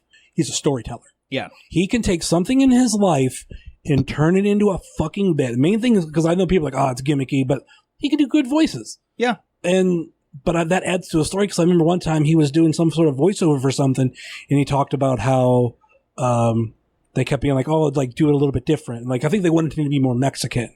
And like, he was just like going back and forth. He did stuff like of like him, the person in the studio talking to him and through the microphone, and obviously a different voice, like a female voice, like, but he was telling you a story and he making it fun. And obviously it happened to him. And there's a lot of his material where he's just like, it's like, even I love that he did a bit on this, like the whole thing on the Portillo's chocolate cake shake. Yeah. Like as soon as he like started talking about it, I was just like, I forget if I was with somebody or not. I'm just like, like Portillo's chocolate shake cake, and he starts talking about that. I'm like, it's so good. Yeah, I remember the show I went to in Cleveland. He was doing meet and greet after the show. Anybody wanted a picture could meet him for a minute, come in and get a picture. I was wearing a DX jacket. He and I talked wrestling the entire time we were up there. Like I had no clue correctly if he didn't call my jacket. That's the first thing he pinpointed. And you mentioned Kevin Smith. Like, my love for everything he's done, his stand up, like, it's the whole isn't even stand up. It's just like the thing he just did in Youngstown the other night. He basically took questions and told stories. Mm-hmm. And I've heard some of the stories. It was cool to hear some of the fun stories again. Like, he does one about Jay Muse when he, like, coming into the rec center when they were just kind of sitting around doing nothing, and him, like, filleting everything in the building. And, like, I was cool to hear that live. But the stories he tells, like, I could listen to him talk for hours. Like I have the one DVD that's a 2-parter. It's like one in England and one somewhere in Australia maybe. Mm-hmm. And it's like, I think it was The Evening with 2. And it was like, I think it totals like almost like 4 or 5 hours. I'd put those on and just listen. Like he's just got one of the voices and he tells stories and it's just wonderful. Like, and he's like got a gift for comedy. Like, it's like just his storytelling and making it funny and bringing everything back around. Like some people don't call it consider it stand up, but it totally is. Like it's some like he just takes questions, but then he tells you like a story to get back around to the question. It's just genius. I always say like if you're a fan of his, go see him at least once. I traveled all the way out to Ann Arbor like 2008 or 9. That's dedication, man. Who's going to go to Ann Arbor on purpose? Yeah, that was kind of fun. I played some Ohio State because I don't think I had it on my iPod. Like I had it on my phone or something, and I played it on. Or maybe I did have it on my iPod, and I tried to like play stuff going through there. But anyway, like it's just that he'll take like 20 minutes to answer a question. Like he'll go on this tangent about ball rats, and then he's like, to answer your question, I had a Pop-Tart for breakfast. So like, yeah, like love it. They told him he had an hour for us. He did 2, and then he actually did like another half hour because there was a person that was coming up to ask a question that he told to go sit down until like other people came through, and he forgot, and then he called them up at the end and had them ask their question, and then he did like a whole nother bit. So it was really cool. Like it was a really fun experience. I'm glad I got to do it. It was free, which was really awesome. And I was always jealous that like Kent got that and he never came around again really. And I saw him do like a Smodcast at Peabody's in Cleveland a long time ago. And it was fun, but it wasn't like his stand-up that I wanted, and I got it this time, so it was really nice. Yeah, the one show I am able to get to, and I'm glad I got to before he passed, was George Carlin. And the best part about that one was he was getting ready for what ended up being his last HBO special, and he actually had the bit written down on paper, but he hadn't memorized them yet, and he even apologized, hey, if these are rough, I'm sorry, I'm trying to keep it working, what doesn't, I don't have it memorized yet. And he just read the bit he did about the worldwide national disaster. He was reading that off a piece of paper before he did it on TV. Is that one Life is Worth Losing? I think so. He would always hit Standball before the special came out. I remember that. Like he would always hit his tour, and Standball was always one of the last stops before the special came. Yeah. And I'm bummed I never got to see him. I was kind of young at the time, and being like older now, like I went back and I downloaded like most of his albums, and we listened to him at my job, and some of his stuff would not fly today. No, but damn if it ain't true. The stuff that he said was so true. It doesn't even matter if it wouldn't fly. It was so true. It was so good. And of course, Kevin Work, he can't carry on television. I think I looked down to like 3 now. Yeah. But that was one of my mom's favorite bits, and she like knew it by heart, and she would like, I would always get a kick out of making her repeat it because then she'd say all the dirty words. Yeah. It's kind of topical for right now because I'm just such in the mood for it. Have you guys checked out the new Epic Rap Battles of History? I haven't. I've only seen maybe a handful of them. I don't know which one can do and which one aren't. I've had a coworker that's been kind of be a bunch of them. I assume they're the new one, but we should actually. I almost want to do a reaction later, like because I love Epic Rap Battles of History, and this one is George Carlin versus Richard Pryor. I have not heard. Oh my! It is so fucking good. Like my new favorite thing is I'll watch reaction videos because like I know what my reactions were, and then like getting other people's reactions if they catch lines. But not a spoiler. Like they do a couple lines on the 7 words you can't say on TV. It's so fucking good. I'm going to make a note of this. I have to. I think in between recordings we should watch it just so I can. There's a reaction. Like I like reaction videos to like movie trailers. They always get me a little bit more hype. Like especially like the Marvel ones. I love Kevin Smith's reaction to Marvel movies. Like the last one, like he had tears. Like he was so excited, was crying and stuff. I'm like, that's how I feel sometimes. Like. Watching stuff, like I get so hyped and I get like I well up a little bit and I'm like, why am I crying over a stupid fucking video? But it happens, man. Like Infinity War and Endgame, a lot of those trailers, like I remember watching them for the first time. I remember my reactions. The first Infinity War one, like with all the Thanos stuff, mostly stuff that I had heard in leaked footage and leaked trailers, and like I was like going nuts for it. Same thing I think with the second one and the Endgame one. The one that I remember is the ending when it goes down to like Avengers, and then it's like, I'm like, okay, like it's like in the head, it's like moment of truth. I am now seconds away. What is this fucking movie called? And it's like Endgame. I was like, all right, Endgame, here we go. This is awesome. Yeah, they're so good with their trailers, and the best part, I think, there's certain companies that are so terrible with how they do their trailers. Like, did you see the Venom movie? Yes. In the trailer, they literally give away the ending bit of the film, like the ending last comedy bit before the movie ends, with him talking to the guy that was robbing the store. Yeah. That was in the trailer. So I was waiting for it the whole fucking film because I knew it was coming. Like, and as soon as they did the whole bit at the beginning with him stealing the shit and nothing happening, I'm like, that's going to be at the end of the movie. That's when when he's going to do his bit with Venom. I was like, son of a bitch. They ruined that whole film to me. And like, the movie wasn't good to begin with, but like, that irked me so bad that Sony does that.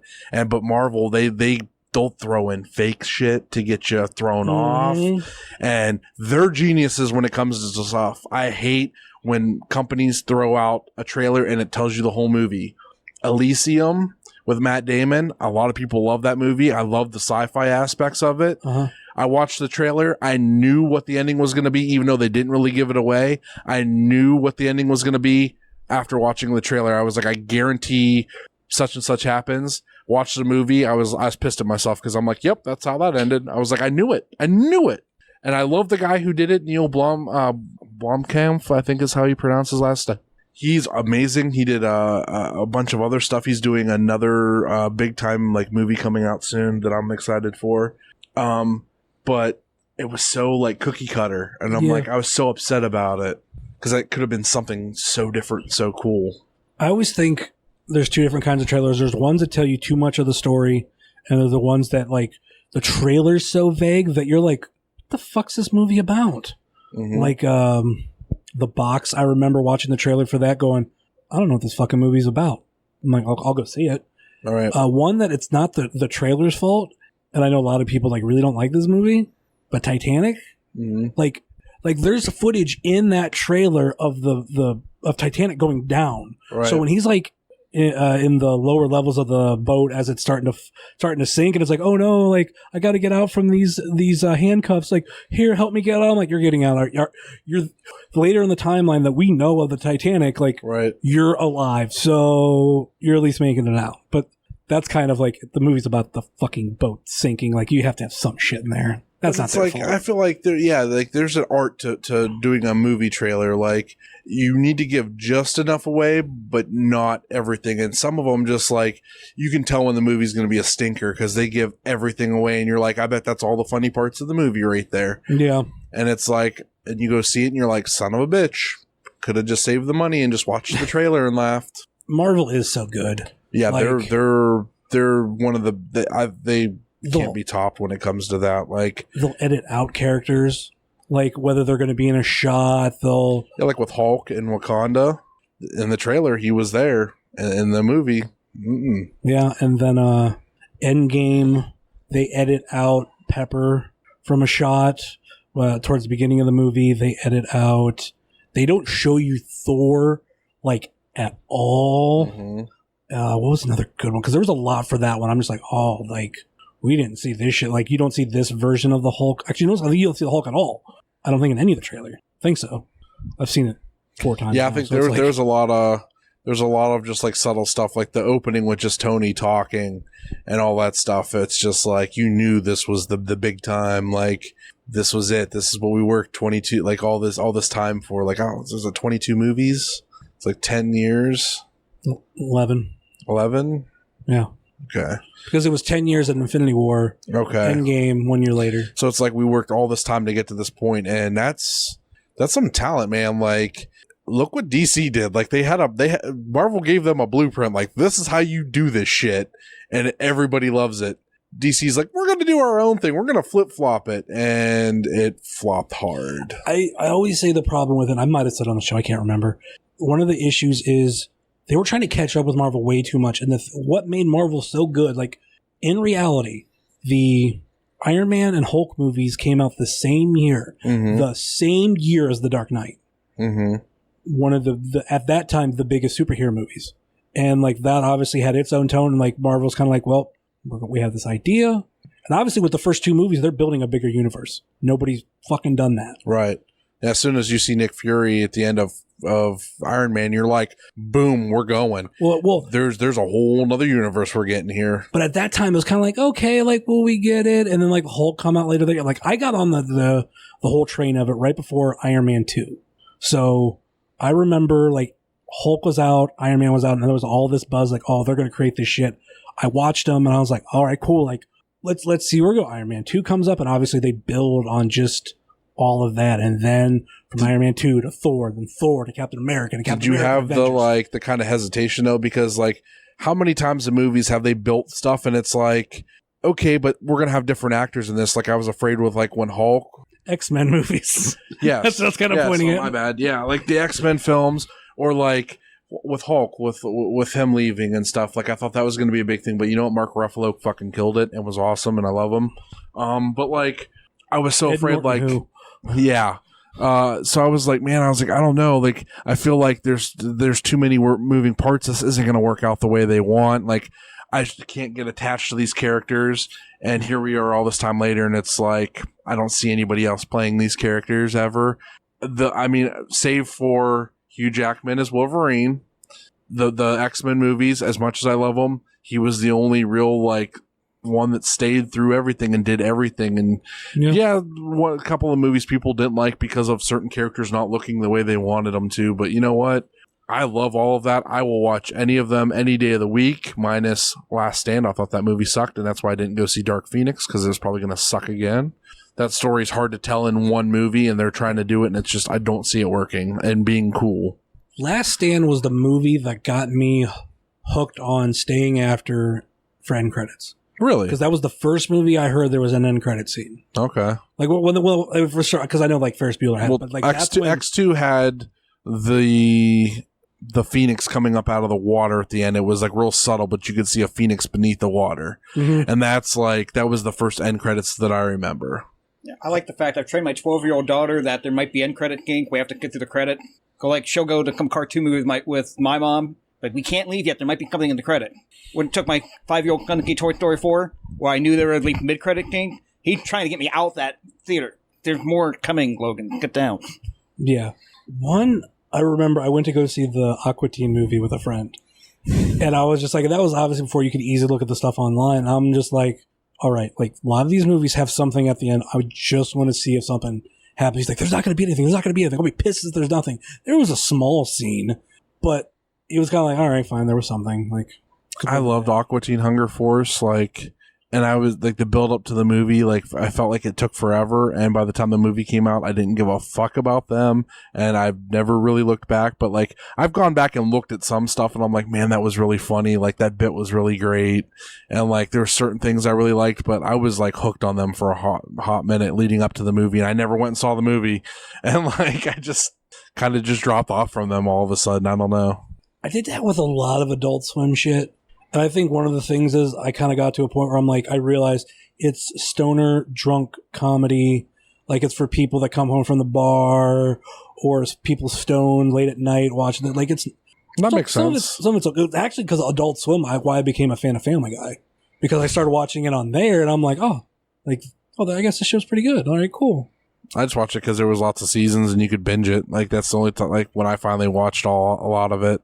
And, like, I'm like, okay, whatever. And, like, American Dad and a lot of those. Like, I think American Dad's superior to Family Guy. I fell off on American Dad a long time ago. I fell off on Family Guy a couple years ago. Nothing against them. It's just, like, I got behind on episodes, and then I said, fuck it. Other shows that I fell off on. And actually, one I went back to. I'll get to it, because, like, everyone was like, Rick and Morty. I'm like, all right, let me try it. And I watched it, the first episode, and it got me, like, remember all those Adult Swim shows you liked and you didn't finish? Mm-hmm. Just go try and watch one of your favorite ones. Metalopolis. I fucking love that show. And I was just like, I fell off after a while, and I'm like, I want to watch it all. I really love that whole concept. And it was a fake band that actually put out real music, and they were kind of like heavy metal, like a heavier Kiss on steroids, of like how popular they were. So, like, I never went back to Rick and Morty, and I just finished like that. But also, like, I know I fell off on Venture Brothers. I loved that show. Yeah, I kept hearing about Rick and Morty, and I just so happened to catch like the season 2 premiere, like the randomly, and then I went back and watched the first season on Hulu, and then like watched all of the season 2 when it premiered, and then same with, or was season 1 and 2 out? Maybe I'm thinking of season 3. I'm thinking of season 3. So 1 and 2 were out at the time, so I binged those, and then like they released the random episode, like season 1 episode, to kind of like get things going again, and then I kind of watched all that once it came out. But yeah, I don't even watch the show, but I just want Szechuan sauce to come back again. Oh well, we're getting Mulan again, so we fucking better. Like, it's crazy, like how fans like got that to come back, and like a lot of the Rick and Morty fans I know, they're like, that stuff was so horrible. I'm like, I don't even watch the show, but I had it, and I'm like, I just told my girlfriend this the other day. I was like, if I had a choice to pick from my favorite McDonald's menu item of all time, the McRib and Szechuan sauce, I'll take a yearly Szechuan sauce release over McRib. Like, you can get rid of the McRib. I'll take the Szechuan sauce all day long. I have something for you after we talk. I have a drawer full. I still have some in a cupboard. I have mine, like, I'm supposed to send to a friend of mine from Canada, but it's just like, I'm horrible at sending shit out like that, and I have to send it to like a P.O. box in New York. Because over border shipping is crazy expensive, and it takes a while. Because I ordered something from a CFL team, like from their store, and like the shipping like took like a week and a half, I want to say, and most of like I had a tracking number. It would tell me when it got to the border. That's it. And like after, like it was still like almost a week after it got to the border before it got to me. Yeah, I've ordered stuff where it's coming from China, and it's like telling me it's like in this weird like just words mixed together that I couldn't tell you, and like from location to location, and then all of a sudden nothing for like 2 or 3 days, and then it would just pop up in the U.S. and like making its way to be from like Los Angeles, and I'm like, okay, yeah, that's how I got my shower curtain. I think was that way. It's a good shower curtain. It is. I enjoy it. I haven't gotten anything else. Like I found some other ones I really liked, but I'm like, you can't pass up Taco Pizza Cat. I think I've seen that as a pop socket before. I think my girlfriend was going to get that one. Then we just found one that looked like our cat last weekend, and she was like, "All right, I'm buying this one." That shower curtain probably has all kinds of terrible chemicals in it. That but oh well, it's cool. All right, this has been long enough. Let's wrap this show up with our... we still got your show to do. We got the Fave 5 questions. Hey, this is Booker T, 5-time champ, and this is the Fave 5 questions. Now, can you dig it? So let's start with question number 1. I got a couple I haven't asked. I think this is perfect because you aren't wrestlers. Deathmatch wrestling or comedy wrestling? Comedy for me, with a bar none. And it's nothing against deathmatch wrestling if it can blow off of a feud and telling a story. My biggest gripe with the Moxley Janela match recently, there's no story to it. It was just, we want to do deathmatch shit. Yeah. I don't like deathmatching for the sake of doing deathmatching. If there's a story to it, would I warrant it? Fantastic. Yeah. Like, going back to what you were saying earlier, actually, I have a friend of mine, and I won't say his name, but I know he hates with a passion comedy wrestling. It's horrible and this and that, but like he loves deathmatch wrestling. And I'm like, that's kind of the same extreme. Like, if you really want to kill somebody, like you want to make it believable, like we're out for a bloodlust, like I'll bring a gun and shoot you. Like, how are we going to believe that like someone's going to take all this pain? Like, I don't know. That's just me. So getting into indie wrestling, Sick Nick Mondo is who did it for me. Deathmatch was how I really got into indie wrestling. CZW, Tournament of Death. Loved it. Give me all the blood, violence, whatever. Now, all these years later, like 15 years later, comedy wrestling all day. Like I can't. I've seen some of the deathmatch shit, and I'm just like, I can't. Like after seeing Sexy Eddie like pump the blood from his vein into his mouth, after Nick Gage was life flighted and died, I'm over it. Like it's had its place. Like I can't do it. Like AIW gets to that point sometimes. Like with some of their stuff is kind of like on that edge, and I'm like, seeing some of these unprotected chair shots live makes me sick to my stomach. And I was like, if this was me 15 years ago, I'd love it. It'd be bloodlust. It'd be great. I'd be going crazy. But now it makes me sick and makes me sad. And I'm just like, I don't want to see this. Like, I like this person. I just talked to him 20 minutes ago. Don't do that to him. Like, we live in a post Chris Benoit world where unprotected chair shots we've seen the results. Like, it's scary now. It's scary to see the stuff happen. Like, that changed a lot for me, I think, once that happened, because Benoit was one of my all-time favorites. And once that happened, I don't care for a lot of that anymore. It's just too real. Like, now, I don't know. So yeah, comedy wrestling, Joey Ryan. I'll take a dick flip over like a light tube spot any day. Yeah, it's weird for me getting comedy wrestling. I'm a big fan of the original ECW. I was too, but that was really kind of the. I love ECW too, but like I feel like it had its place, and like that stuff happened. It's there. It is what it is. But looking at it now, like I wouldn't want to see that live now. Like that's scary live now. I never fear for anybody's death in ECW. I think that's the main difference with it too.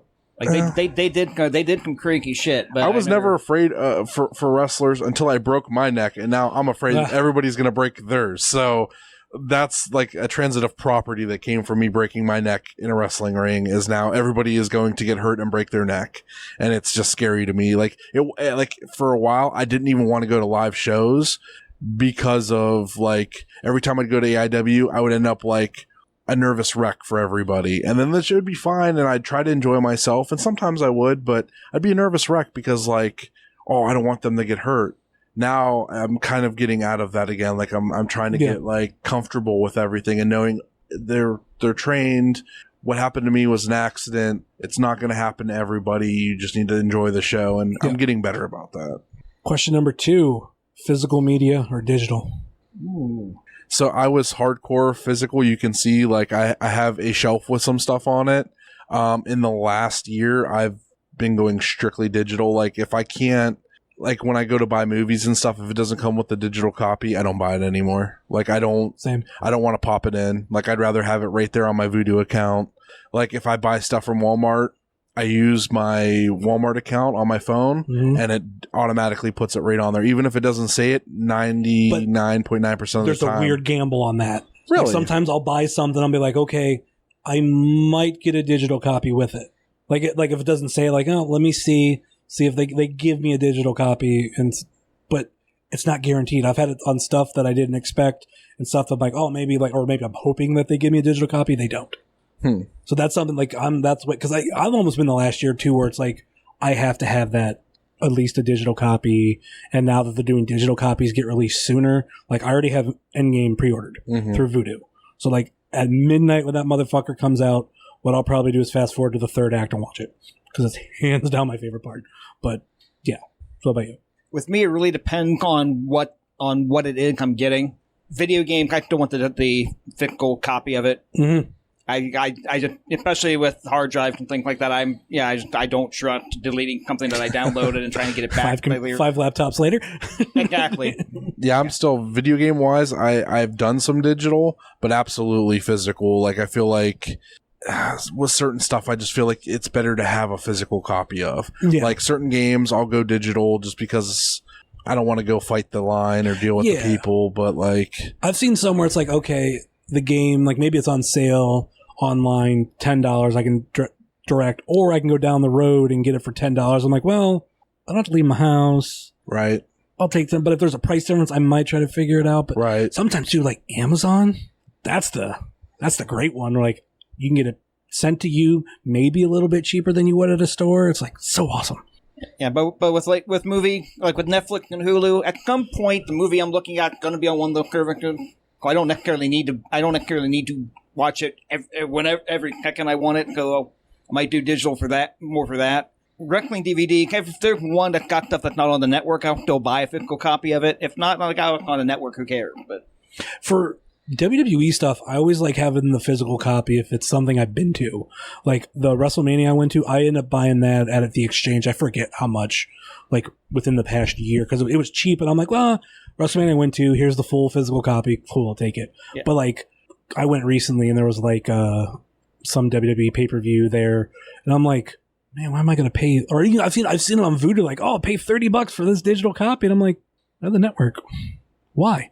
And we had a buyback near here until about a year ago, and I would go in there and get the used wrestling DVD for cheap, and they had a copy of like Survivor Series 2001 that was like $29.95. I'm like, is it $29.95 because it got the old WWF logo on it? But that's literally the only thing I could think of. It just, I think their system was how many they have in their system. If they don't have any, it makes it a little bit more rare and a little bit more pricier. Yeah, but it's like, I mean, I had a VHS copy from when I taped it on pay-per-view back at the time anyway. But it was like, this was after the network had even started, too, at that point. And I think a lot of the time there with the CD Warehouse and stuff like that, they also, like, pulled their prices from, like, Amazon. So if, like, some random seller was, like, had it for that price, that's what they marked it at because somebody else is going to get it for that. So, and they a lot of their stuff came from, like, they did a lot of sales on Amazon, too. Like, you'd go there and you could see, like, CD Warehouse, Niles, or CD Warehouse, like, Akron. Like, they had them all over, so, like, it was really interesting to kind of see. I think the thing about me for physical copies that it's the only reason why I can't get out of them on a lot of stuff. And granted, I do love having the option of having both, but it's something like you have here and in your living room. Like, I always like displaying a collection. That's the collector side of me. Mm-hmm. Like, you have the first 2 seasons of Stranger Things. Mm-hmm. Something that you really didn't have to buy. But I will admit, because even I've tempted on it, like, just the packaging for it. Oh, yeah, the old school, like, VHS style. That's what really got me. And plus, like, I got season 2 right now. It's $10 at Target. You can't pass it for $10 for Blu-ray. And I'm like, yeah, give that to me. And then, like, I got both of them for real cheap. And I just waited, like, an extra year. And, like, I'm going to be one of those people. I'm probably going to cancel my Netflix this year. Like, they've canceled all my Marvel shows. They didn't. Well, I mean, they did, but you know why they did. We don't know who. They tossed the blame back and forth like a football, and nobody was officially blamed for it. But maybe it's because we're getting them on Disney, and they're going to put it on Hulu. But they're taking all the costumes and everything, and they're auctioning it all off. So we're not going to see the same thing we saw before. But when I like any shows now, like on Netflix, there's not enough new content to keep me on there. Their original stuff that I enjoy is like once a year, twice a year. So why not just subscribe like once a year for a month, binge all the shit I want to see, and not have to worry about the bill. I can, like, my girlfriend still has an account with her friends. I can go on there and watch if there's something specific. That's the thing to do. I'm just like, I'm kind of over having it at my fingertips all the time because I don't need anything on there. Like, I use Hulu or the network or wrestling more than I use Netflix, and Netflix just keeps getting more and more expensive. Like, the thing that they're trying to do, they want to, like, their original series, they want to be able to, like, soon as you're about to cancel, oh man, there's this coming up. Like, we just had Stranger Things. And end of this month, another series has another big season, Orange is the New Black. Yeah, it's final, yeah. And then I think just a week after that, I want to say it's really close, is the next season of Glow. I'm looking forward to that. Sometime in August, yeah. Yeah, I think it's the beginning of August. August has Glow and has Mindhunter. Mindhunter is one of my favorite things that they've done. It's about serial killers. Mm-hmm. And so, like, August, I'll definitely still keep it. And I think after August, I'm probably done unless they, I don't know, hook me somehow else. But all my shows have been in, like, the 4 months that I really enjoy from them. So unless they drop, like, a new season of Ozark in September, I'm probably done for a bit. All right, question number 3. Bacon or sausage? Bacon. Well, I think the question. Yeah, bacon. I go bacon. Because I love sausage. I like sausage, but it's not bacon. Let me put it to you this way. Jim Gaffigan did a 10-minute bit on bacon. Have you ever heard a comedian do a 10-minute bit on sausage? No. We're done. No, but I've heard a comedian do a 10-minute bit on water and then a couple minutes later do a 10-minute bit on milk. Thank you, Louis Black. Black on Broadway. One of my favorite comedy specials. Okay, fair point. But I've always liked bacon over sausage. Now, every once in a while, I want sausage, and I'll specifically get that. But, like, most of the time, like, when it comes to for breakfast meat, it's bacon for me. Sausage link or sausage patty? Don't take my fucking questions. With that, well, it goes with it. It's for bacon, crispy or not crispy. For sausage, link or patty. I honestly had no clue you had that on there. I like... Someone doesn't listen to my shit. Yeah, dude. Wow. I don't have time to listen to our podcast. But you listen to Cornette. I haven't even been listening to him much lately.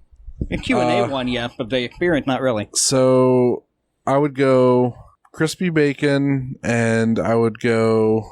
I like the link. Yeah, I'd say link and crispy. Yeah. Crispy bacon for sure.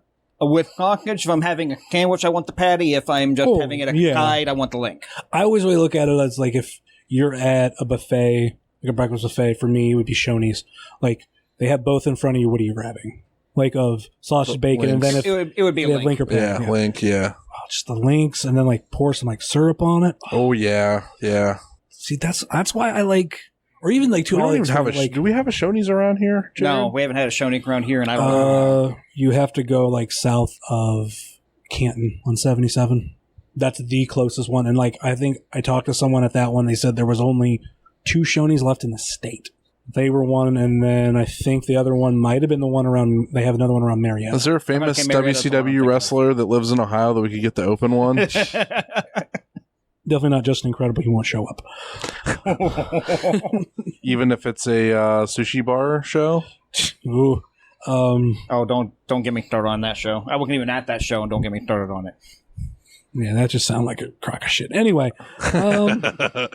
I know somebody that got taken in on that and went to that show for Gage and was so disappointed. I'm like, sir, if you're going to see him, you need to go to AIW. That's the only place that's going to have him locally. Question number 3, wings, bone in or out? I've listened to this question be asked, and I'm happy that there's finally somebody that had a good reason for the boneless. And I always wanted to come up with a really good reason and be that person, but no, I go bone in. Like, I don't think they're chicken nuggets. I don't like that combination.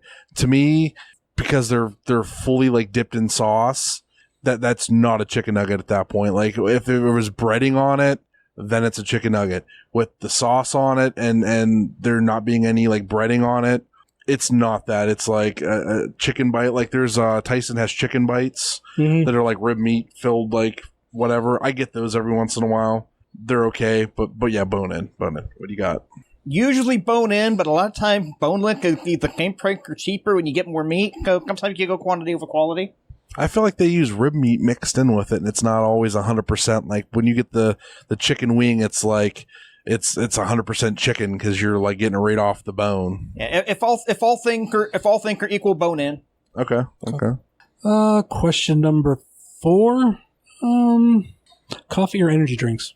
I don't know what I'm asking this. I think I know both your answers, but it's a newer one I like asking. I don't think you know my answer, actually. I'm drinking energy drink here, but I don't think I coffee. Really? Okay.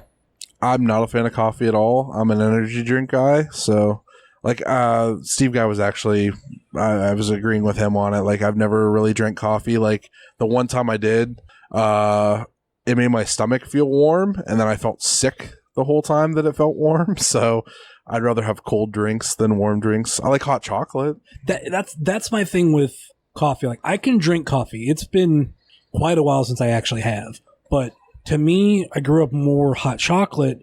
So there's always like this certain taste I'm expecting with a very hot fucking beverage in a mug. And when I get coffee, I'm like, it's not the same.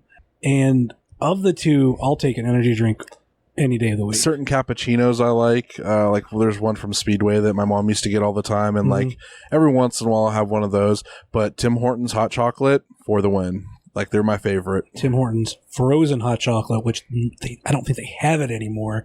Pisses me off. See, I'm not a frozen. I've tried frozen hot chocolate, and I'm not a fan. It's basically like an ice cap, but hot chocolate flavoring. Right. Like, it even has that, like, how hot chocolate is different from regular chocolate. Right. Like, it actually has that kind of taste. Like, it was so good. I don't like it.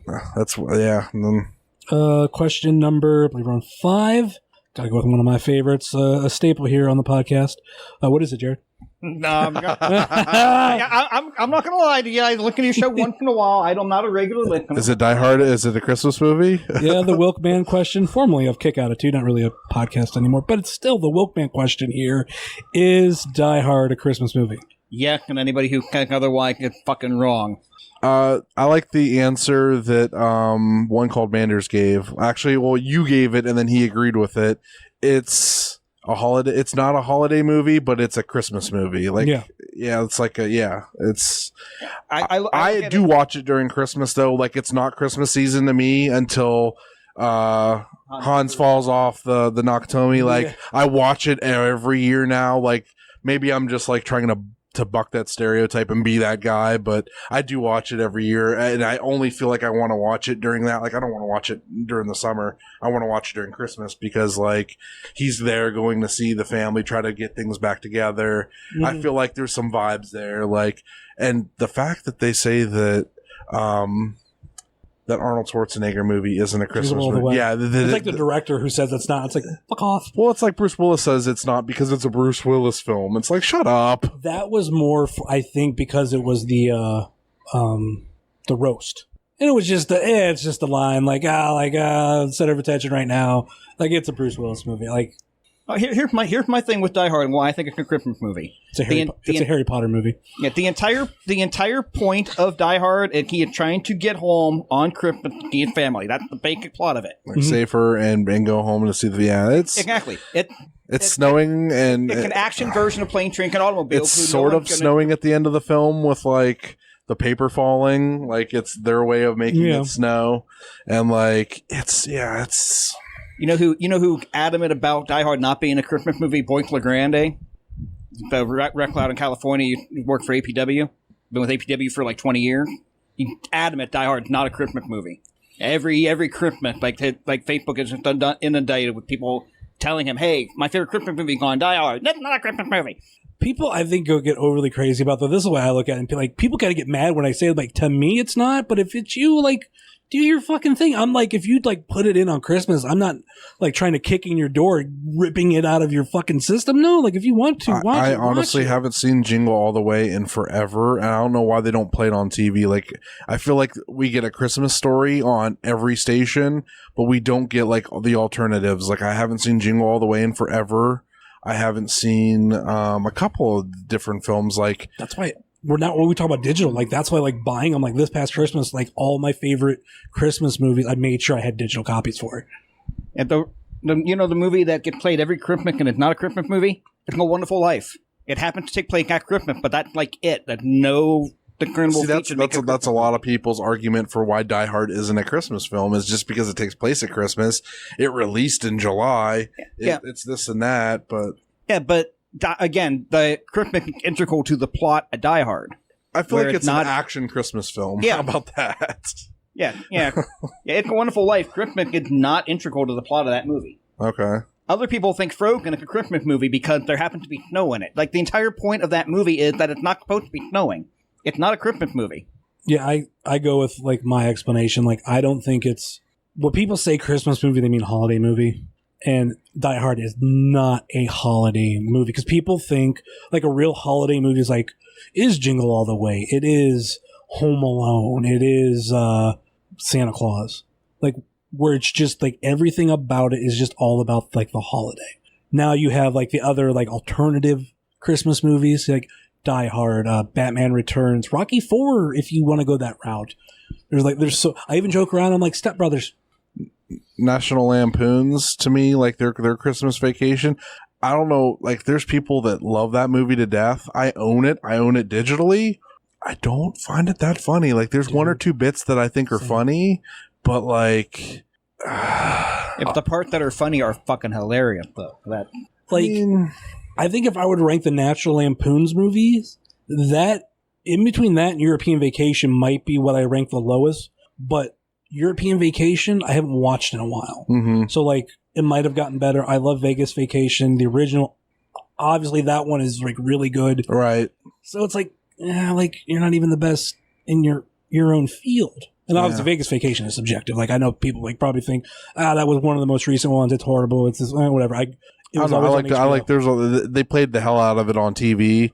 Mm-hmm. So it's like, I think that a lot of Adam Sandler's films get that same thing, like, his movies get worse as he got older. But if you look at it, they played those movies way more. So like Big Daddy, every single day on USA Network was Big Daddy. Big Daddy. I haven't seen it in forever, and I probably wouldn't care to see it for another 10, 15 years because I saw it so much on USA Network. And if you go into our archive, we do have an episode where you and I went really in depth on Adam Sandler movies. Oh yeah, we did talk about like try to like rate them all. We started ranking them for like No Parent Week on one episode. We ran short.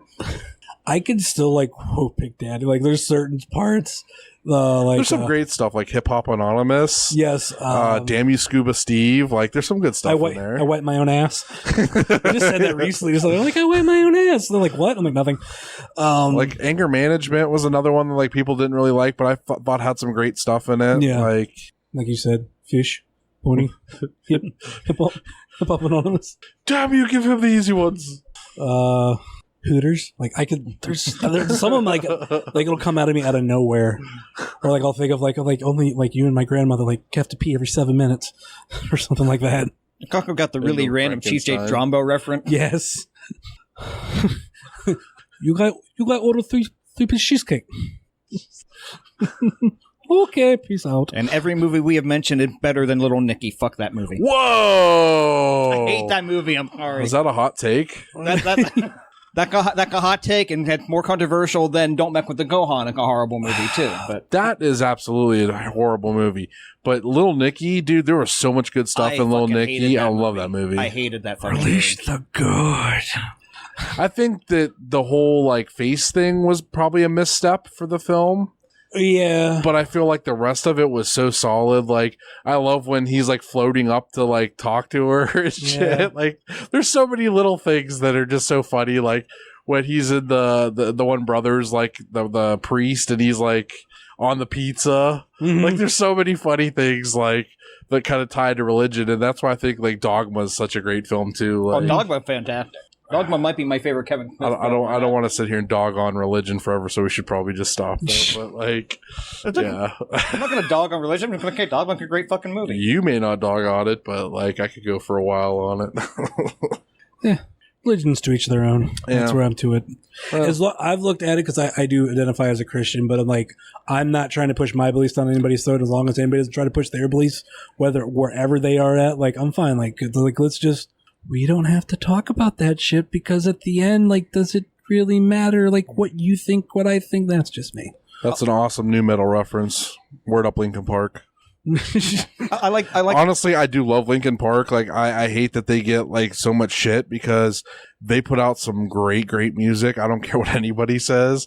Like, it may be one or two songs, but damn if they didn't put out some good music that got me through some tough times. Like. I don't care. Like, they're one of my all-time favorites just because like they got me through some shit. So yeah, when it comes to religion, I like to quote George Carlin. Like I worship the sun. Like unlike other God, I can see it. I can appreciate the gift it gives me, and when I pray to it, I get the same 50% success rate. I thought you were gonna say keep thine religion to thyself because that's the other one. Like that is one, like I have a few favorite Carlin bits. That's a good one too. That one where he cut the 10 Commandments down to 2. That's great. And then he gets it to 1, and then he's like 2. Like keep thine religion to thyself, and I'm like yes. Yeah, it's good stuff. Like I don't know. Like I there's this other podcast I listen to, and they dive into like cults and stuff, and it made me really just like hate the things that like religion has brought out in people and like horrible things that have been carried out in religion's name. So yeah, like I always get kind of annoyed with like people talk about how bad religion is. Like they'll go to like these extremes, like oh this is how bad like Christians are, and I'm like yeah, but you know what? There's some good out there too. They're just like it's not all like everybody's bad. My biggest thing is just like you don't get to be a piece of shit and then eat your cake too. Like that's my biggest hatred about certain religions is like you could be a horrible person all your life, but as long as you repent at the end, you get to go to heaven. It's like that's not how that should work. Like you need to like don't be an asshole. Like you don't get to be an asshole and get everything too. Like that's not cool. Like I don't think that that's how the world works. I mean, it is in some cases, but.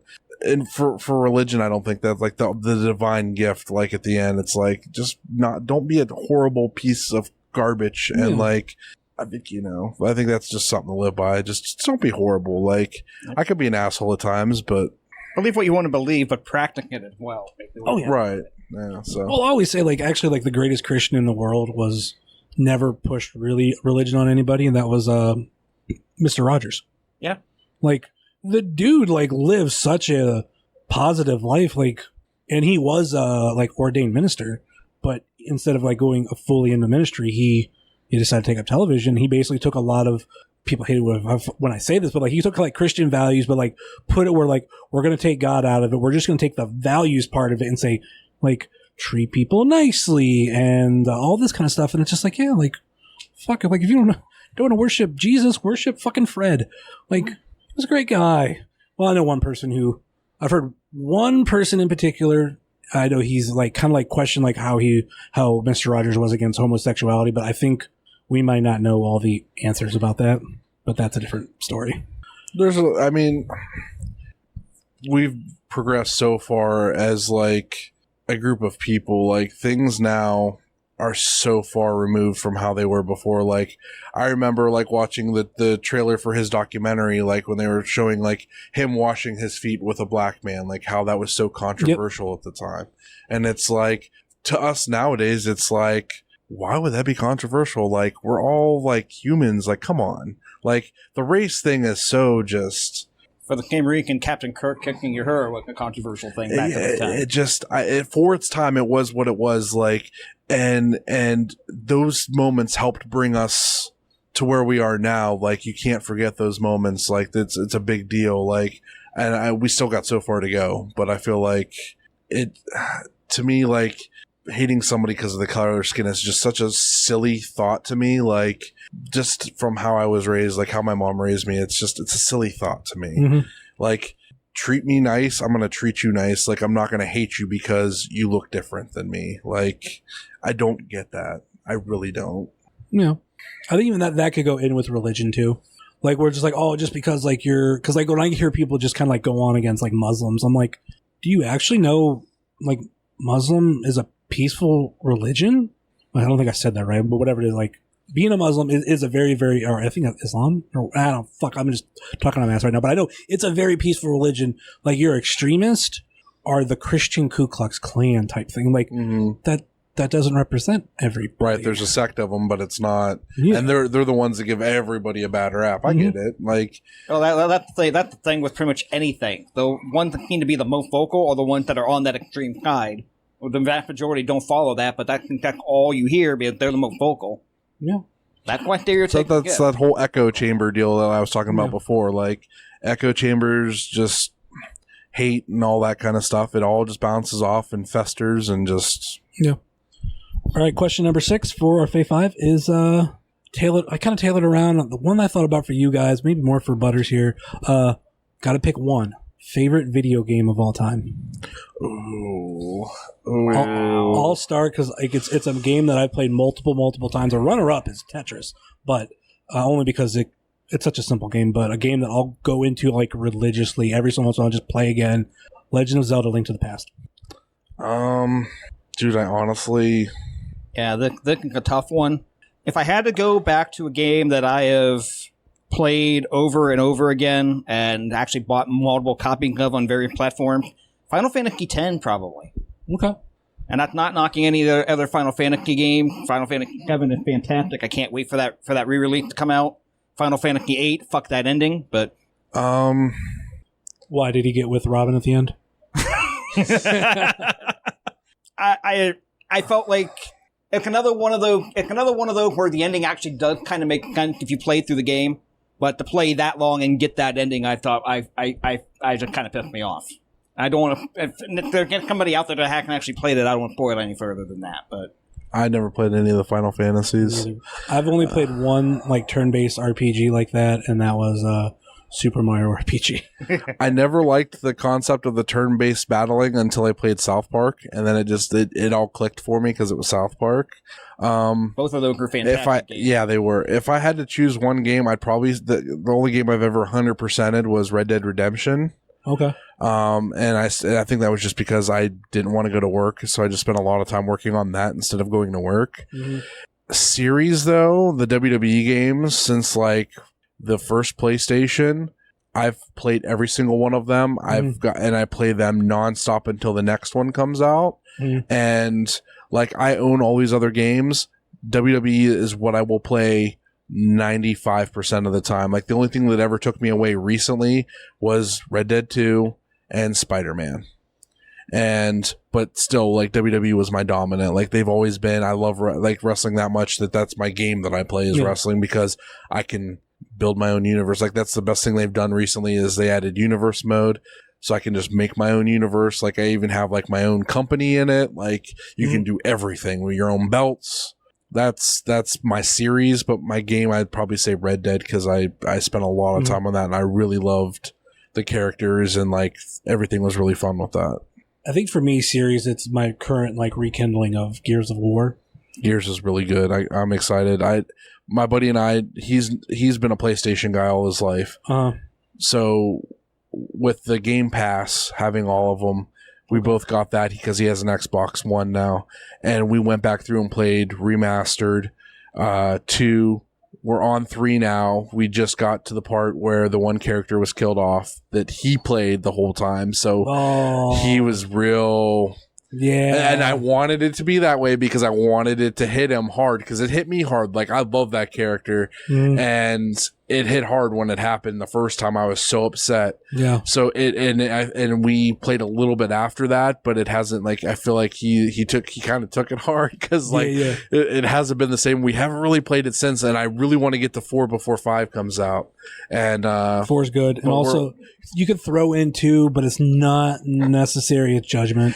I don't like Baird, so Judgment instantly was like a fuck that guy. I don't want to play that game with him. But they also changed the controls to be more Call of Duty because I like it for one reason though. Okay, like I don't like you can only have 2 weapons, period. Like, and sometimes it's like you can have 2 like bigger weapons, or like it has to be 1 and like a handgun. But the fact that the grenade is now just a bumper button. It's so much easier. Okay. Like, so if like that's the only reason why I liked it because I was like able to like if I wanted to just throw a grenade, like boom, I just throw it. But to begin with, because I went really quick from 1 to Judgment, and I was just like first like couple chapters like hitting the wrong button. I'm like, God damn it! And then when I went back to Remastered, I was like hitting like the bumper for grenade. I'm like, damn it, wrong fucking controls. But the thing that I love for me because was like I bought my first 360 literally right before 2 came out. I started 1, but then a friend of mine was like, we're all going to get on 2 and like just play from 2. And 1 was like a little bit harder to like just my first game off. Yeah, it wasn't as polished. It's not as polished, and like it was a little harder with not knowing much about 360. Like it was literally like I said, my first game. Okay. So then I quickly went to 2, beat 2 fairly quick, never went back to 1. 3 came out, beat 3. And then, like, 1, like, just sat there. Then, before 4 came out, at some point, I tried to beat 1 again, got, like, halfway through, abandoned it, never went back to it. 4 came out, beat it, took, like, 2 years, just chipping away at it from time to time. And then, like, I just have so many times where I just put it away. I'm like, I don't get for, like, months. Beat it. Then I was like, all right, let me go finally beat 1, beat 1. Then I was like, all right, let me play Judgment, beat Judgment. Play fucking Remastered within a day and beat it. I'm like, why couldn't 1 be this easy? And there's like there's an added mission that was in the PC version, not the original version. Mm-hmm. So it was just like the first time I played Rad, the main boss, played against him, just died and like literally took me a handful of times to beat him on Remastered. I was like, son of a bitch. All right, this one's been going long enough. Yeah. Any final thoughts or last minute plugs before we go? When's it dropping? This week. Okay. Thursday. Okay, so Sunday, July 21st, Dropkick Diabetes 5, the Captain Club of Youngstown, Ohio. I will be refereeing on that show. Probably could get the hell out of you, but yeah, we'll be refereeing on that show. Happy 1-year anniversary of Anne Frank. Yep. Yeah. Yeah, Captain Club, Youngstown, Ohio, 5 o'clock. We're going to talk about that on Not Ready for Primetime Wrestling, which is going to drop. Actually, the 4 o'clock doors open. 4:30 is the Transformer Turmoil, and then 5 o'clock would probably be the main show, right? 5 o'clock, the main show. Okay, so get there at 4 when the doors open, so you can see the Battle Royal. Okay, and also, of course, our show, Not Ready for Primetime Wrestling. Yep, it's on Twitter at NotReady4 PTW.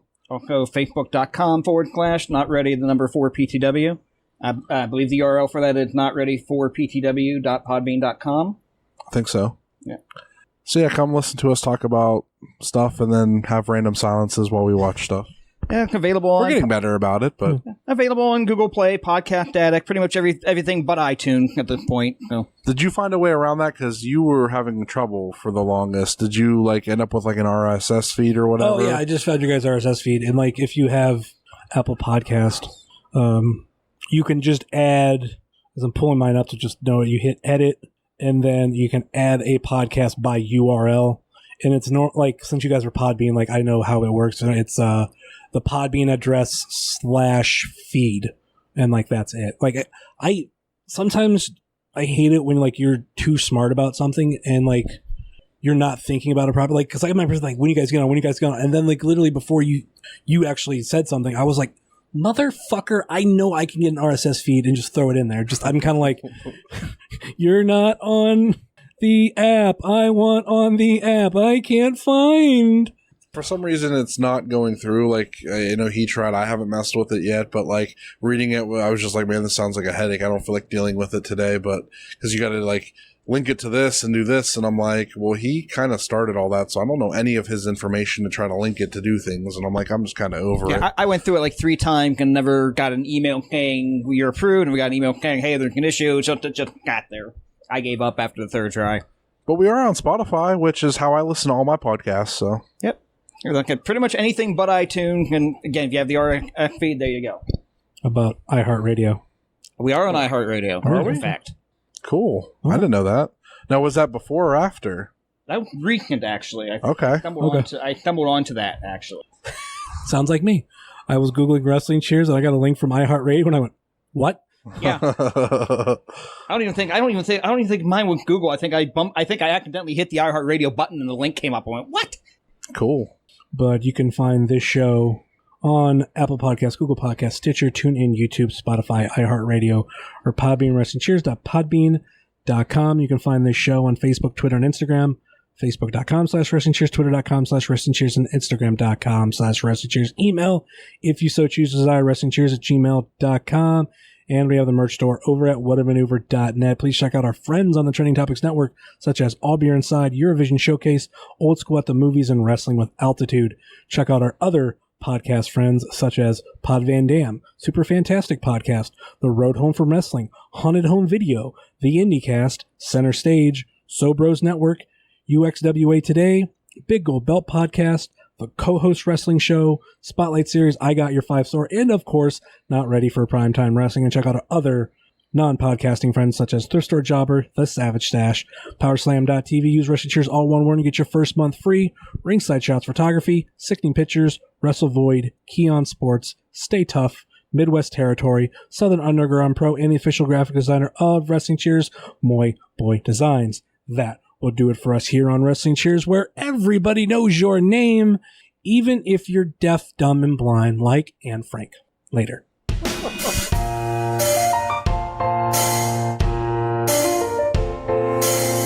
your way in the world today takes everything you got. Taking a break from all your worries sure would help a lot. Would you like to get away?